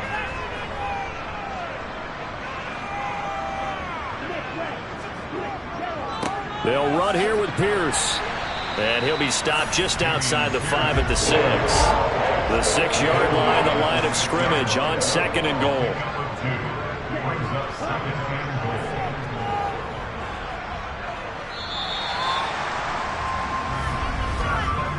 One quarter remains for the right to advance to the AFC title game. You're watching the NFL on EA Sports. Back now in Houston. They come up here with another shot from the 6-yard line, and it's 2nd and goal now. On 2nd down, it's Stroud. And he's got his man on the out route.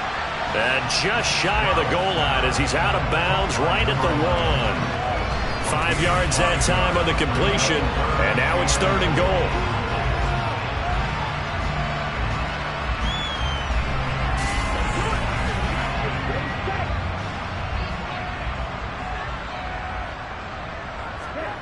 Now they'll go play action here with Stroud. And they're going to get to him. A sack. Sacked back at the 9-yard line. Levante David making his presence felt in the backfield. They dialed up a 3rd and 1 blitz defensively. It worked. Yeah, and a lot of people would think, hey, they thought pass and they guessed right. In a lot of cases, you bring the blitz just to mess up the blocking on a running play. Instead, in this situation, the run wasn't there. They just followed everything right back to the quarterback.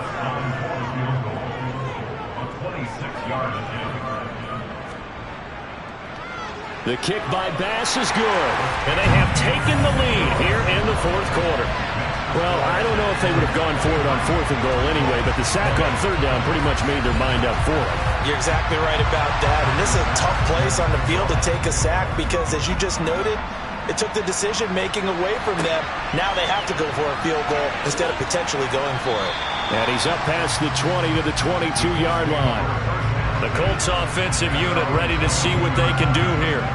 Right now, Charles, this is the drive of the season. You're on the road here in the playoffs. It's put up or shut up. They need points. This is where you have to come together as a team, as you just noted, on the road. So that means they've carried that mentality with them throughout. Hey, we've got to go on the road. We've got to rely on ourselves, right? Focus, yet still find the fun in it. How great is this, guys? Look at the spot we're in right now. And then go to your top players, call the plays that they run best. Yeah, sort of controlling their own destiny, but this place has been loud. Not going to be easy. Now a throw here to his running back. And he'll be out of bounds across the 30-yard line. The Colts on 3rd down. They're at 50%, 4 for 8. They're looking at 3rd and a few inches. Richardson on 3rd and short. And he'll be taken down, but he does have first down yardage. Give him 6 yards, and they do convert on 3rd. Would it be safe to say that as precise as routes are supposed to be run in the NFL, maybe they're not quite as precise in college ball? That's accurate, yeah. And I think we saw a college route in the NFL there. Just find the soft spot, find the...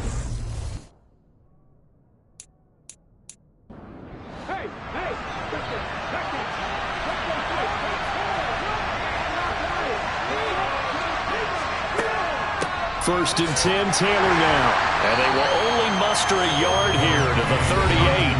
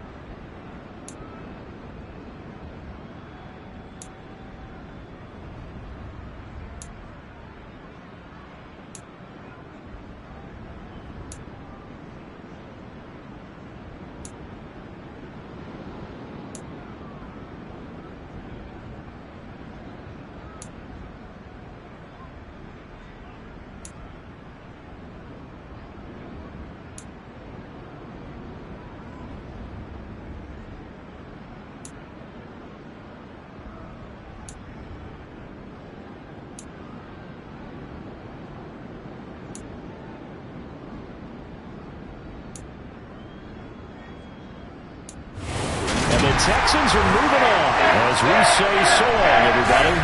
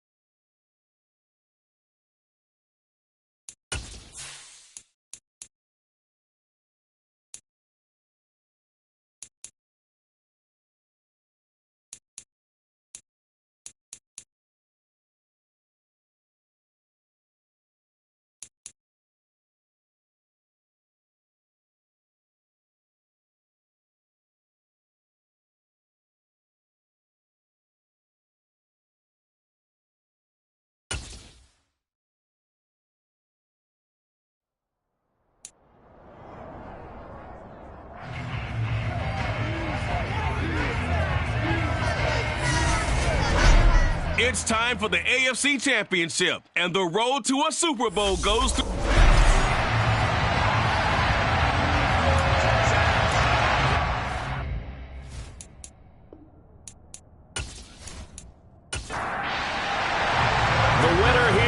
To the Super Bowl, and we'll know soon enough which team that'll be as we are underway in the AFC title game. And no run back here, so they'll bring it out to the 25.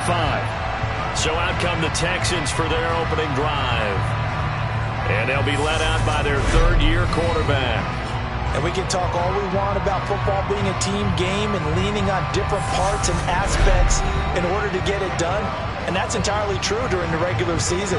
Some weeks it's the defense, the special teams, running the football. But in the playoffs, all the pressure reverts to the quarterback, and he has to play well and play at a really high level in order for his team to win.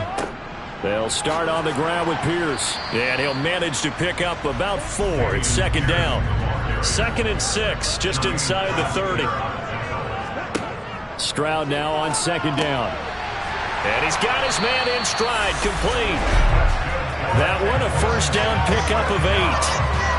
I think that's a big pickup for a first down because when you run a drag route against zone, you're sometimes asking for trouble because you might run into a defender. Yeah, well, there they ran into a first down, executed it to perfection.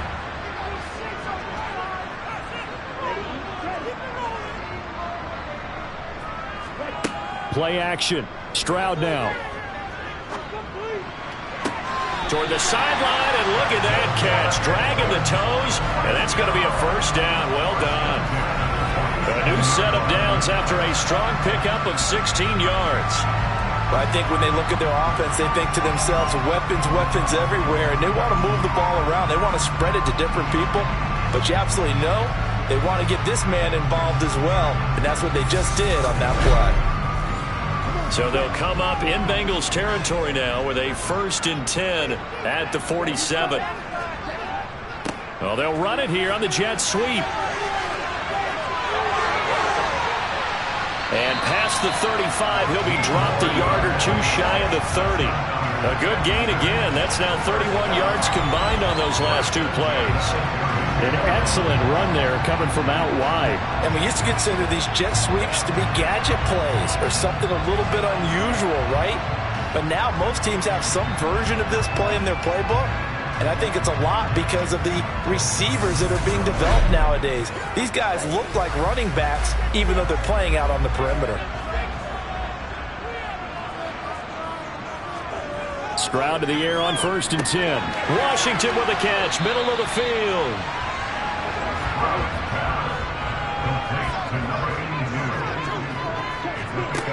Stroud to throw it. Got a man, and he hits him in stride. And he is out of bounds right around the 10-yard line.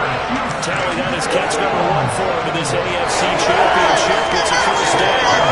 Precision being shown on this opening drive. They've been methodical. They've been crisp. And as a reward, they're going to be set up with an early 1st and goal.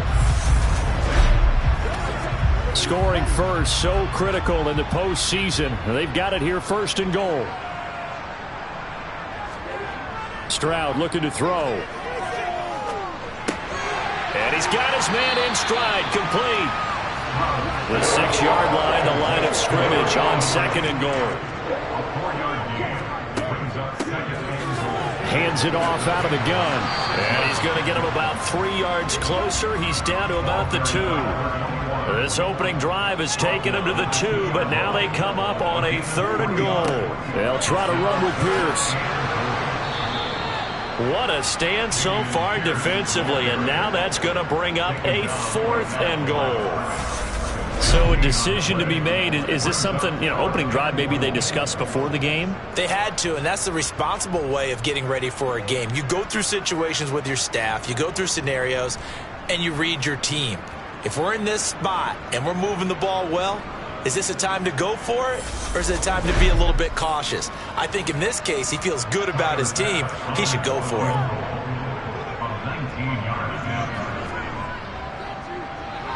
The kick by Bass is good. And it's now 3-0 Texans. Every possession in the postseason magnified. And look, it's just the opening drive. They didn't get the touchdown they wanted, but at least they got on the board. They got on the board. They've got their home crowd into it as well. And remember, in the playoffs, the game slows down a little bit. So every point is precious. From the 6.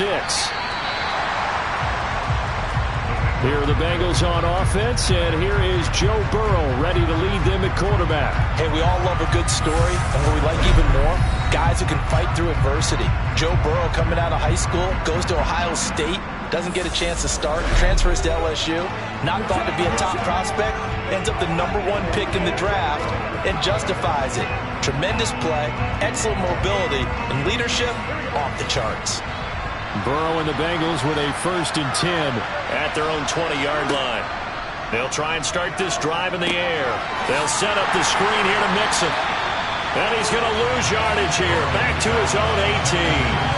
That one unable to develop, never got going. A loss of a couple, and it's 2nd down. Heck of a play there to get to him quickly and get him down for a loss.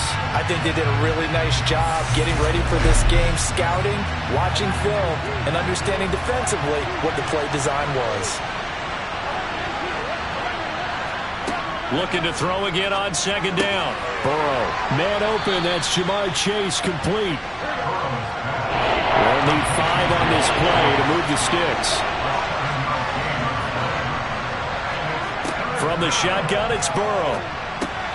He'll find his running back, Joe Mixon. And I don't think he got there, no. He's short by maybe a foot, maybe. Call it 4th and inches. Well, it wasn't a big strike, but that completion put them in really great range. What do we have now, 4th and inches? Yeah, it's not more than a half a foot. You know what I would do here? You would always go for it. I'm one of those guys.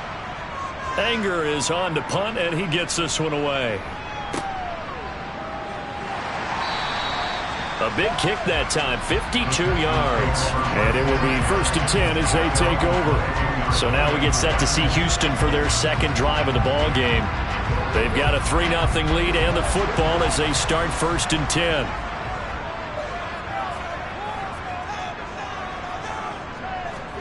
Back to throw. Here's Stroud. And he's going to hook up with his big tight end. Complete.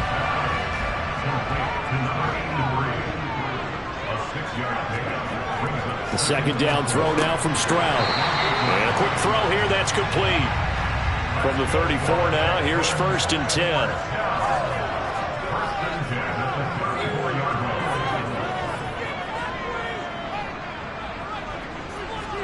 Stroud sets up the play action. Got a man, and he hits him in stride. The completion, but they go in the wrong direction. A loss of yards, and now they're dealing with a 2nd and long. Well, I know it goes against the instincts of the person catching the ball because all you're ever taught is catch the football, don't drop it. But drop it there. Yeah, in that situation, dropping it would have been better. End up losing yardage, even though they completed the pass. As good as a sack. Yeah, how about that? Although they won't get the same credit for it, and it won't help them at contract time. Here goes Stroud again. It's a short, and it's a fumble, and the Bengals grab it. And his guys will take over at the 30-yard line. There are 2 words that we hear coaches say all of the time. One starts with a B, one starts with an S, ball security. And they preach it. They have it up in meeting rooms, right? You see the signs. They talk about it all the time. But still, when you've got defenders out there who are preaching, hey, we're going to take the ball away from you, no matter what position you play, you've got to take care of the rock. 1st down. Here's Burrow. This goes out wide from Mixon.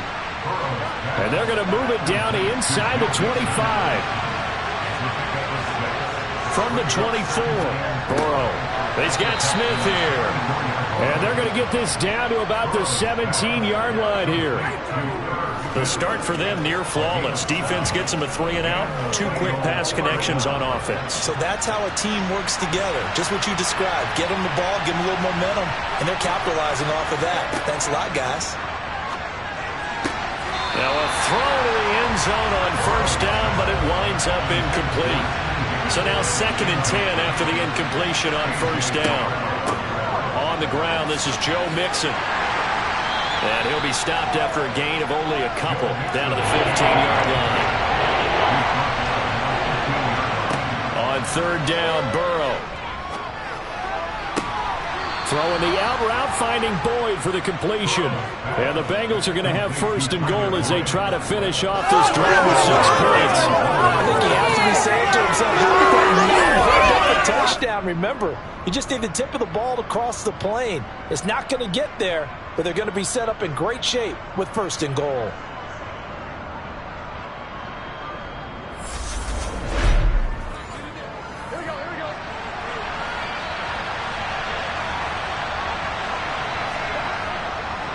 They'll give it to Mixon. Into a mass of bodies, and I think they held him out. They did. Another shot from the 1 on second and goal. Another try for Mixon. And they'll bring him down after just a short pickup.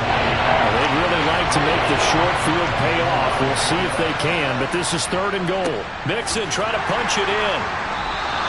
No gain on the play, and what to do now on fourth and goal. Defense didn't budge on third down. Now what are we going to see on fourth?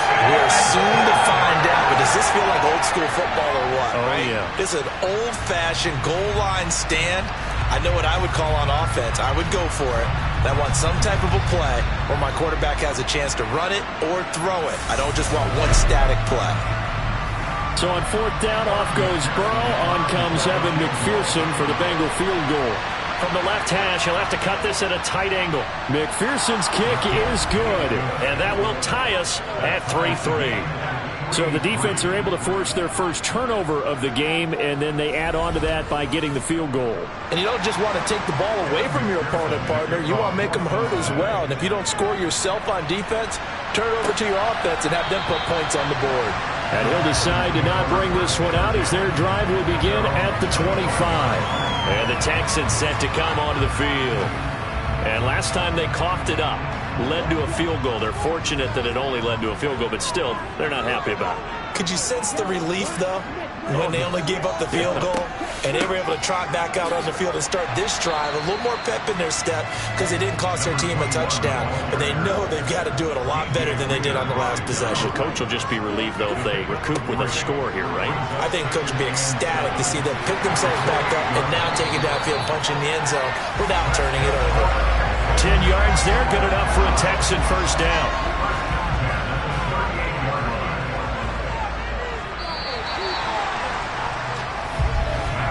These two teams all tied after one. Ready for the second quarter from Houston. It's the Texans in possession of the football. So here's a 1st and 10 at the 38. First down, they go right back to Pierce. And they will only muster a yard here to the 38. 38-yard line, 2nd and 9. On second down, here's Pierce. And good running there as he'll take this all the way up to midfield. That's good for a Texan first down, a 12-yard pickup. Well, if they continue to run the football this strong, right up the middle, I don't know if they can wait till halftime to make adjustments. They better find a way to get it done series to series. I don't know if they need to sub some guys out, bring in extra people, maybe change what they're doing on the defensive side of the ball. But right now, they're running the ball very well right at them and right up the middle. And he's got this down to the 35. Back-to-back nice gains. That one for 14 yards and another first. For a lot of guys playing this game, there's no better feeling than running right through a tackle. He's able to lower his center of gravity and churn his legs for a really nice pickup.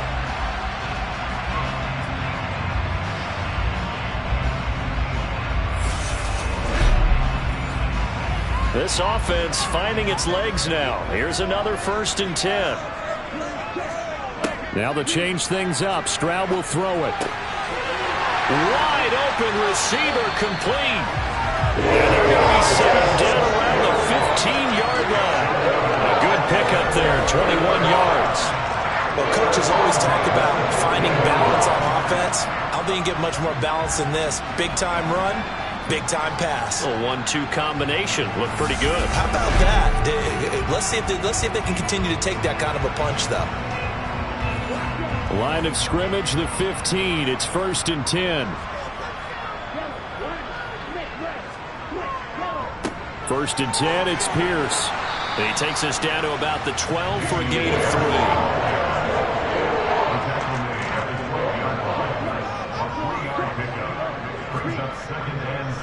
And Pierce gets it again on 2nd down. They'll get this down inside the 10 for a pickup of about 3. This will be play number 9 of the drive here as they need 4 yards on 3rd down. And they're going to get him. They bring him down to the sack back at the 16-yard line. Multiple players combined for their team's first sack of the game. And no matter what the situation, the O-line just hates that because they feel like they didn't protect little brother back there, right? Man, that's just so difficult for them because just think about every single play. When you decide to throw the football, you're dealing with some of the best athletes on the planet. You talk about guys, if they weren't playing football, they'd be starring in the NBA at power forward. It's a really difficult task. The kick by Bass is good. And they will take the lead here in this battle of field goals. It's 6-3. So we're trading first half field goals. No breakthrough on the touchdown front. Got a 6-3 game. Yeah, and I know so many people look at a game through offensive eyes, right? They want to see how the game's played that way. You know how I'm going to view it, right? The defenses, to me, have responded well in this game. Like what I'm seeing from them. Both of them hoping to keep it to field goals and not give up big touchdowns. Cincinnati now ready to take the field.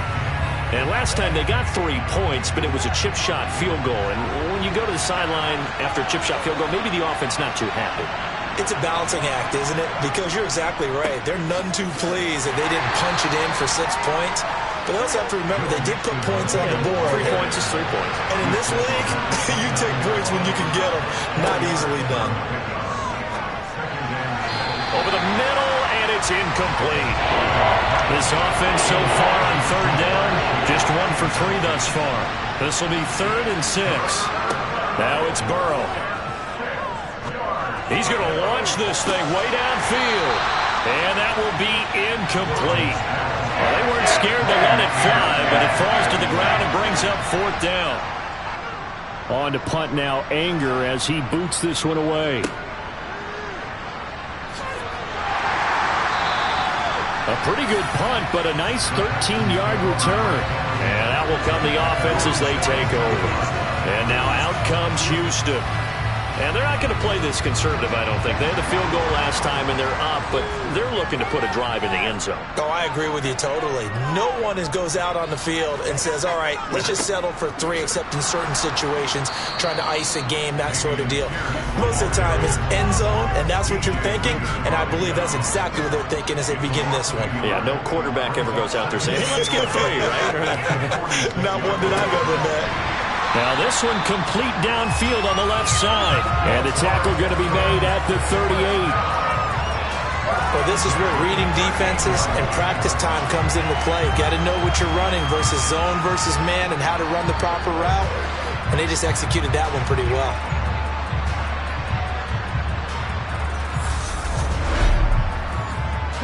So here's a 1st and 10 at the 38. Play action. Here's Stroud. Washington's got it. And he's going to be taken down just shy of the 35. Stroud off the play fake. And he's just going to get rid of this thing. To no one here. He throws it away. And now it's 3rd. Stroud on 3rd down now. A hit as he throws there, incomplete. And that'll bring up 4th down as his Cincy defense stands up on 3rd. Problems on 3rd down so far in this first half. Relatively small sample size, but they're now 0 for 3. And the average in the league, somewhere around 40% on 3rd down for offenses. So what's the answer to this? Either convert them or don't get to 3rd down in the first place. Get your big chunks of yards on 1st and 2nd down. The kick by Bass is good. And they continue to lead in the battle of field goals here. It's now 9-3.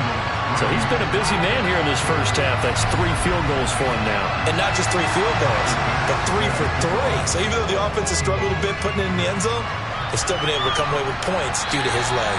And this will not be returnable. It's out of the back of the end zone for a touchback. Now the Cincinnati offense ready to see what they can do here. Defense got the better of them last series, forcing a punt. See if they make a few changes in the game plan here and try to get points out of this drive. 1st and 10. Now Burrow on 1st down. And that is incomplete. Oh, the coverage a little too good there, and it's 2nd down. To throw once more on 2nd and 10. Burrow. He gets this one to Boyd. And he gets this one just shy of the 40. They'll mark him down at the 39. Second catch of this AFC title game, and he's got a 1st down.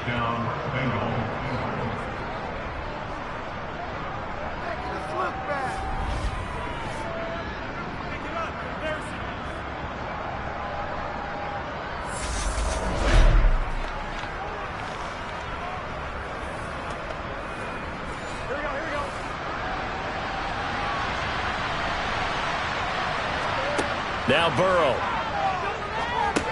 This pass complete to Higgins. So the completion good for 6 yards. And that's going to bring up 2nd down. Burrow going to give this to Mixon. And he'll get it out to midfield. Let's see, yeah, they'll spot it right at midfield at the 50. 6 yards the pickup, and that's a 1st down. I think they like this drive a little bit better there, partner. Running game helping out, picking up some of the slack. Because remember the last drive, they went 3 and out.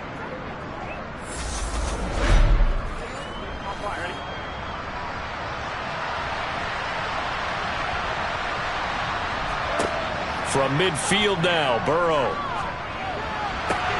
Over the middle, that's caught by Chase. And he's going to be taken down at about the 33.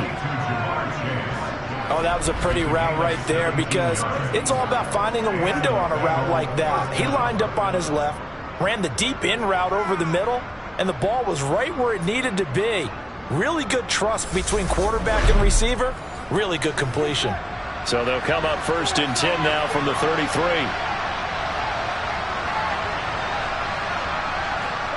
Here's Burrow. It's a short one here, complete to the tight end. Well, hang on now. We're going to pause here. We've got an injured player. Well, now they're going to come out and take a look at this injury, and we'll be back in a moment.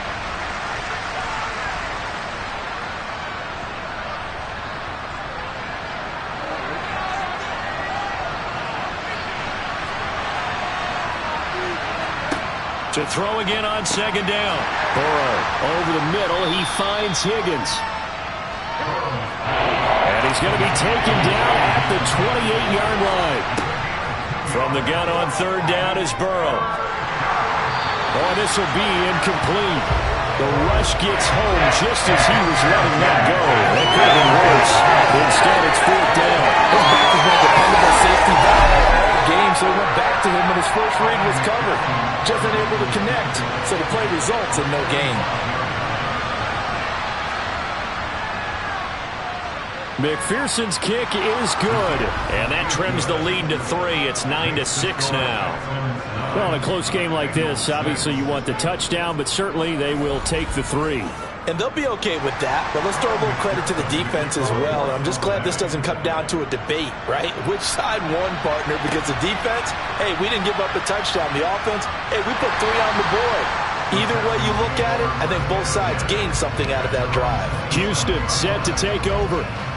Last time out, you remember their drive stalled, but thanks to their kicker, booted a long field goal to at least get them 3. Now here they'll try to do better and find the end zone. And in our experience, how much fun is it for coaches to know that they've got a kicker who can nail it from long distance? Now, the hard part is, as an offensive play caller, you don't want that in your head too much where you're relying on it, and he goes out and gets the job done for them. But I'm quite sure he would be content to just kick extra points from here on out. Yeah, absolutely no question. I think his teammates would be okay with him just kicking the extra points as well. It's a game of matchups, and that's why you take your receivers and move them around a bunch, especially your best guys. And when they work out of the slot, you often hear the coaches talk about how great it is because it gives you a two-way go. You can break out or you can break in. That makes it hard to defend. He'll rifle this one deep right side. And this will be caught at the 30. And he'll be marked down right at the 20-yard line. Well, partner, I'm not sure how this drive's going to end, but how about the way they flip field position there? A nice attacking play that picked up a heck of a chunk of yardage.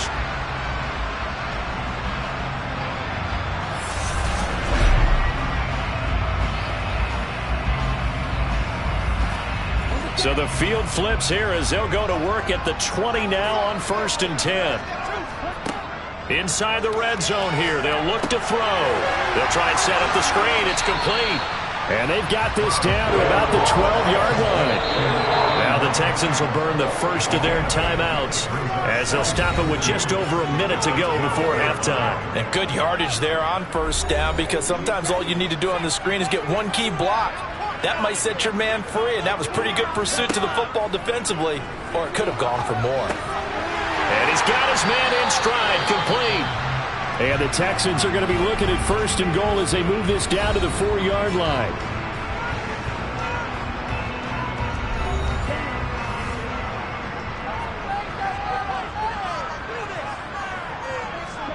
Stroud will look to throw once more. And got his man. It's caught. Touchdown, Houston. From 4 yards out. And the Texans will extend their lead in the final minute of the half. Partner, to me, that touchdown had something that was kind of rooted in that group seeing the future. What I mean by that is they had a plan. Let's find a way to score right here before the half. And now to give us momentum going into the second half, give us that cushion that we're looking for. They got that accomplished, scoring right before the half ending. Extra point by Bass, up and good. And his guys will take a 10-point lead.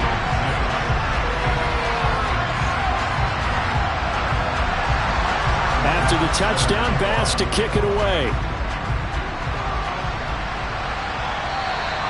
And that'll carry over the back line of the end zone for a touchback.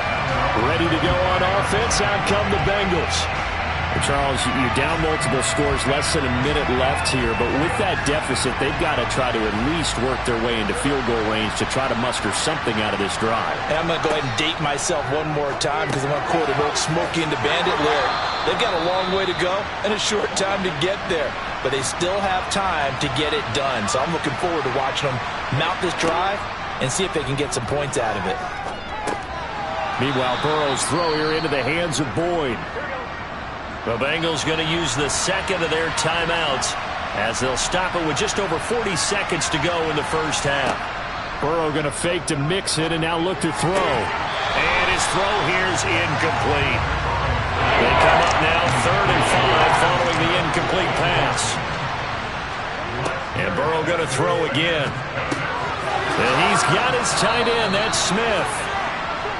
And he is going to have a Bengals first down as they're able to get the 3rd down conversion.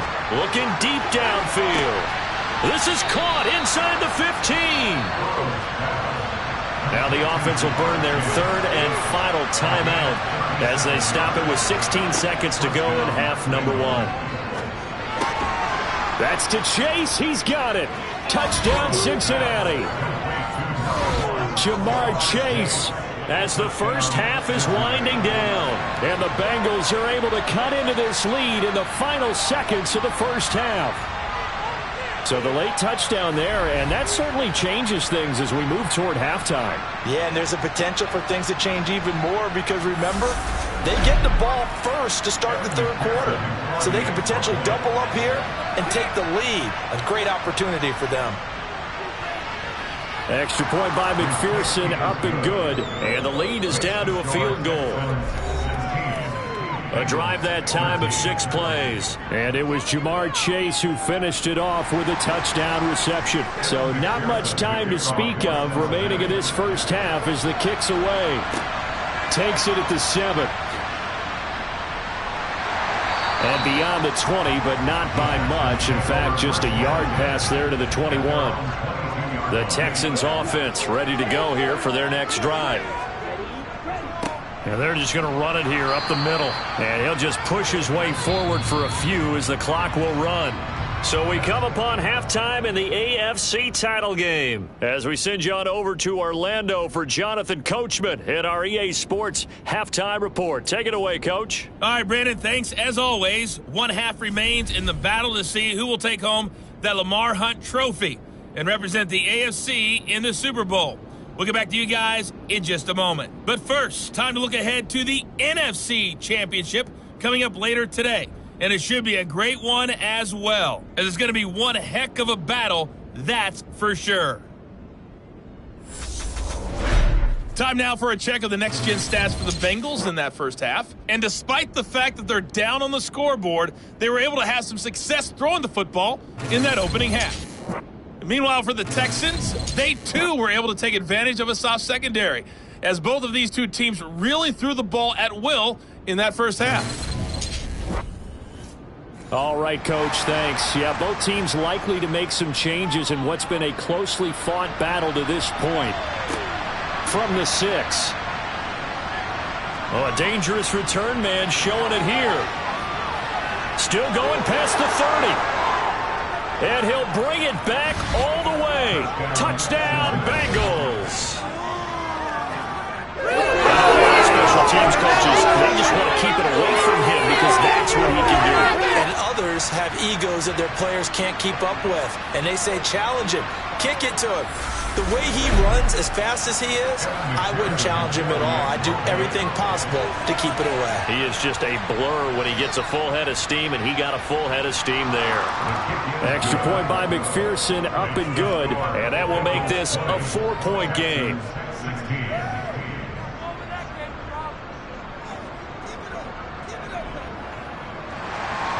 So let's try this again. After the kick return TD, here's yet another kickoff. And this will be a touchback as that sails over the end line. So here's the Texans offense now. They get set to start this third quarter. And they'll be working from behind now following the touchdown a moment ago on the opening drive of the half. I think the guys right now, as they go out on offense, they're zeroing in on one big key. They don't have to do anything differently just because they're down on the scoreboard now. The intent, still the same in what they plan to do on offense. Holding, offense. So not a lineman, but the tight end instead this time, drawing the holding call. And more what you're getting with tight ends are guys who are much more receiver than blocker. They may be willing, but that might not be their thing. Oftentimes, they'll be the ones getting the penalties. And they'll take him down at the 31-yard line.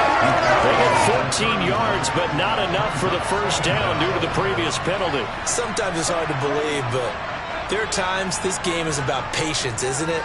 Has had the game he expected, but that run there, that may get him going. I was just going to say, maybe that gives him a little juice, because you're right, he struggled, especially in that first half. Yeah, and I know the great ones always think to themselves, just hang in there. I'm just one big carry away from busting this open. That's a good start for him.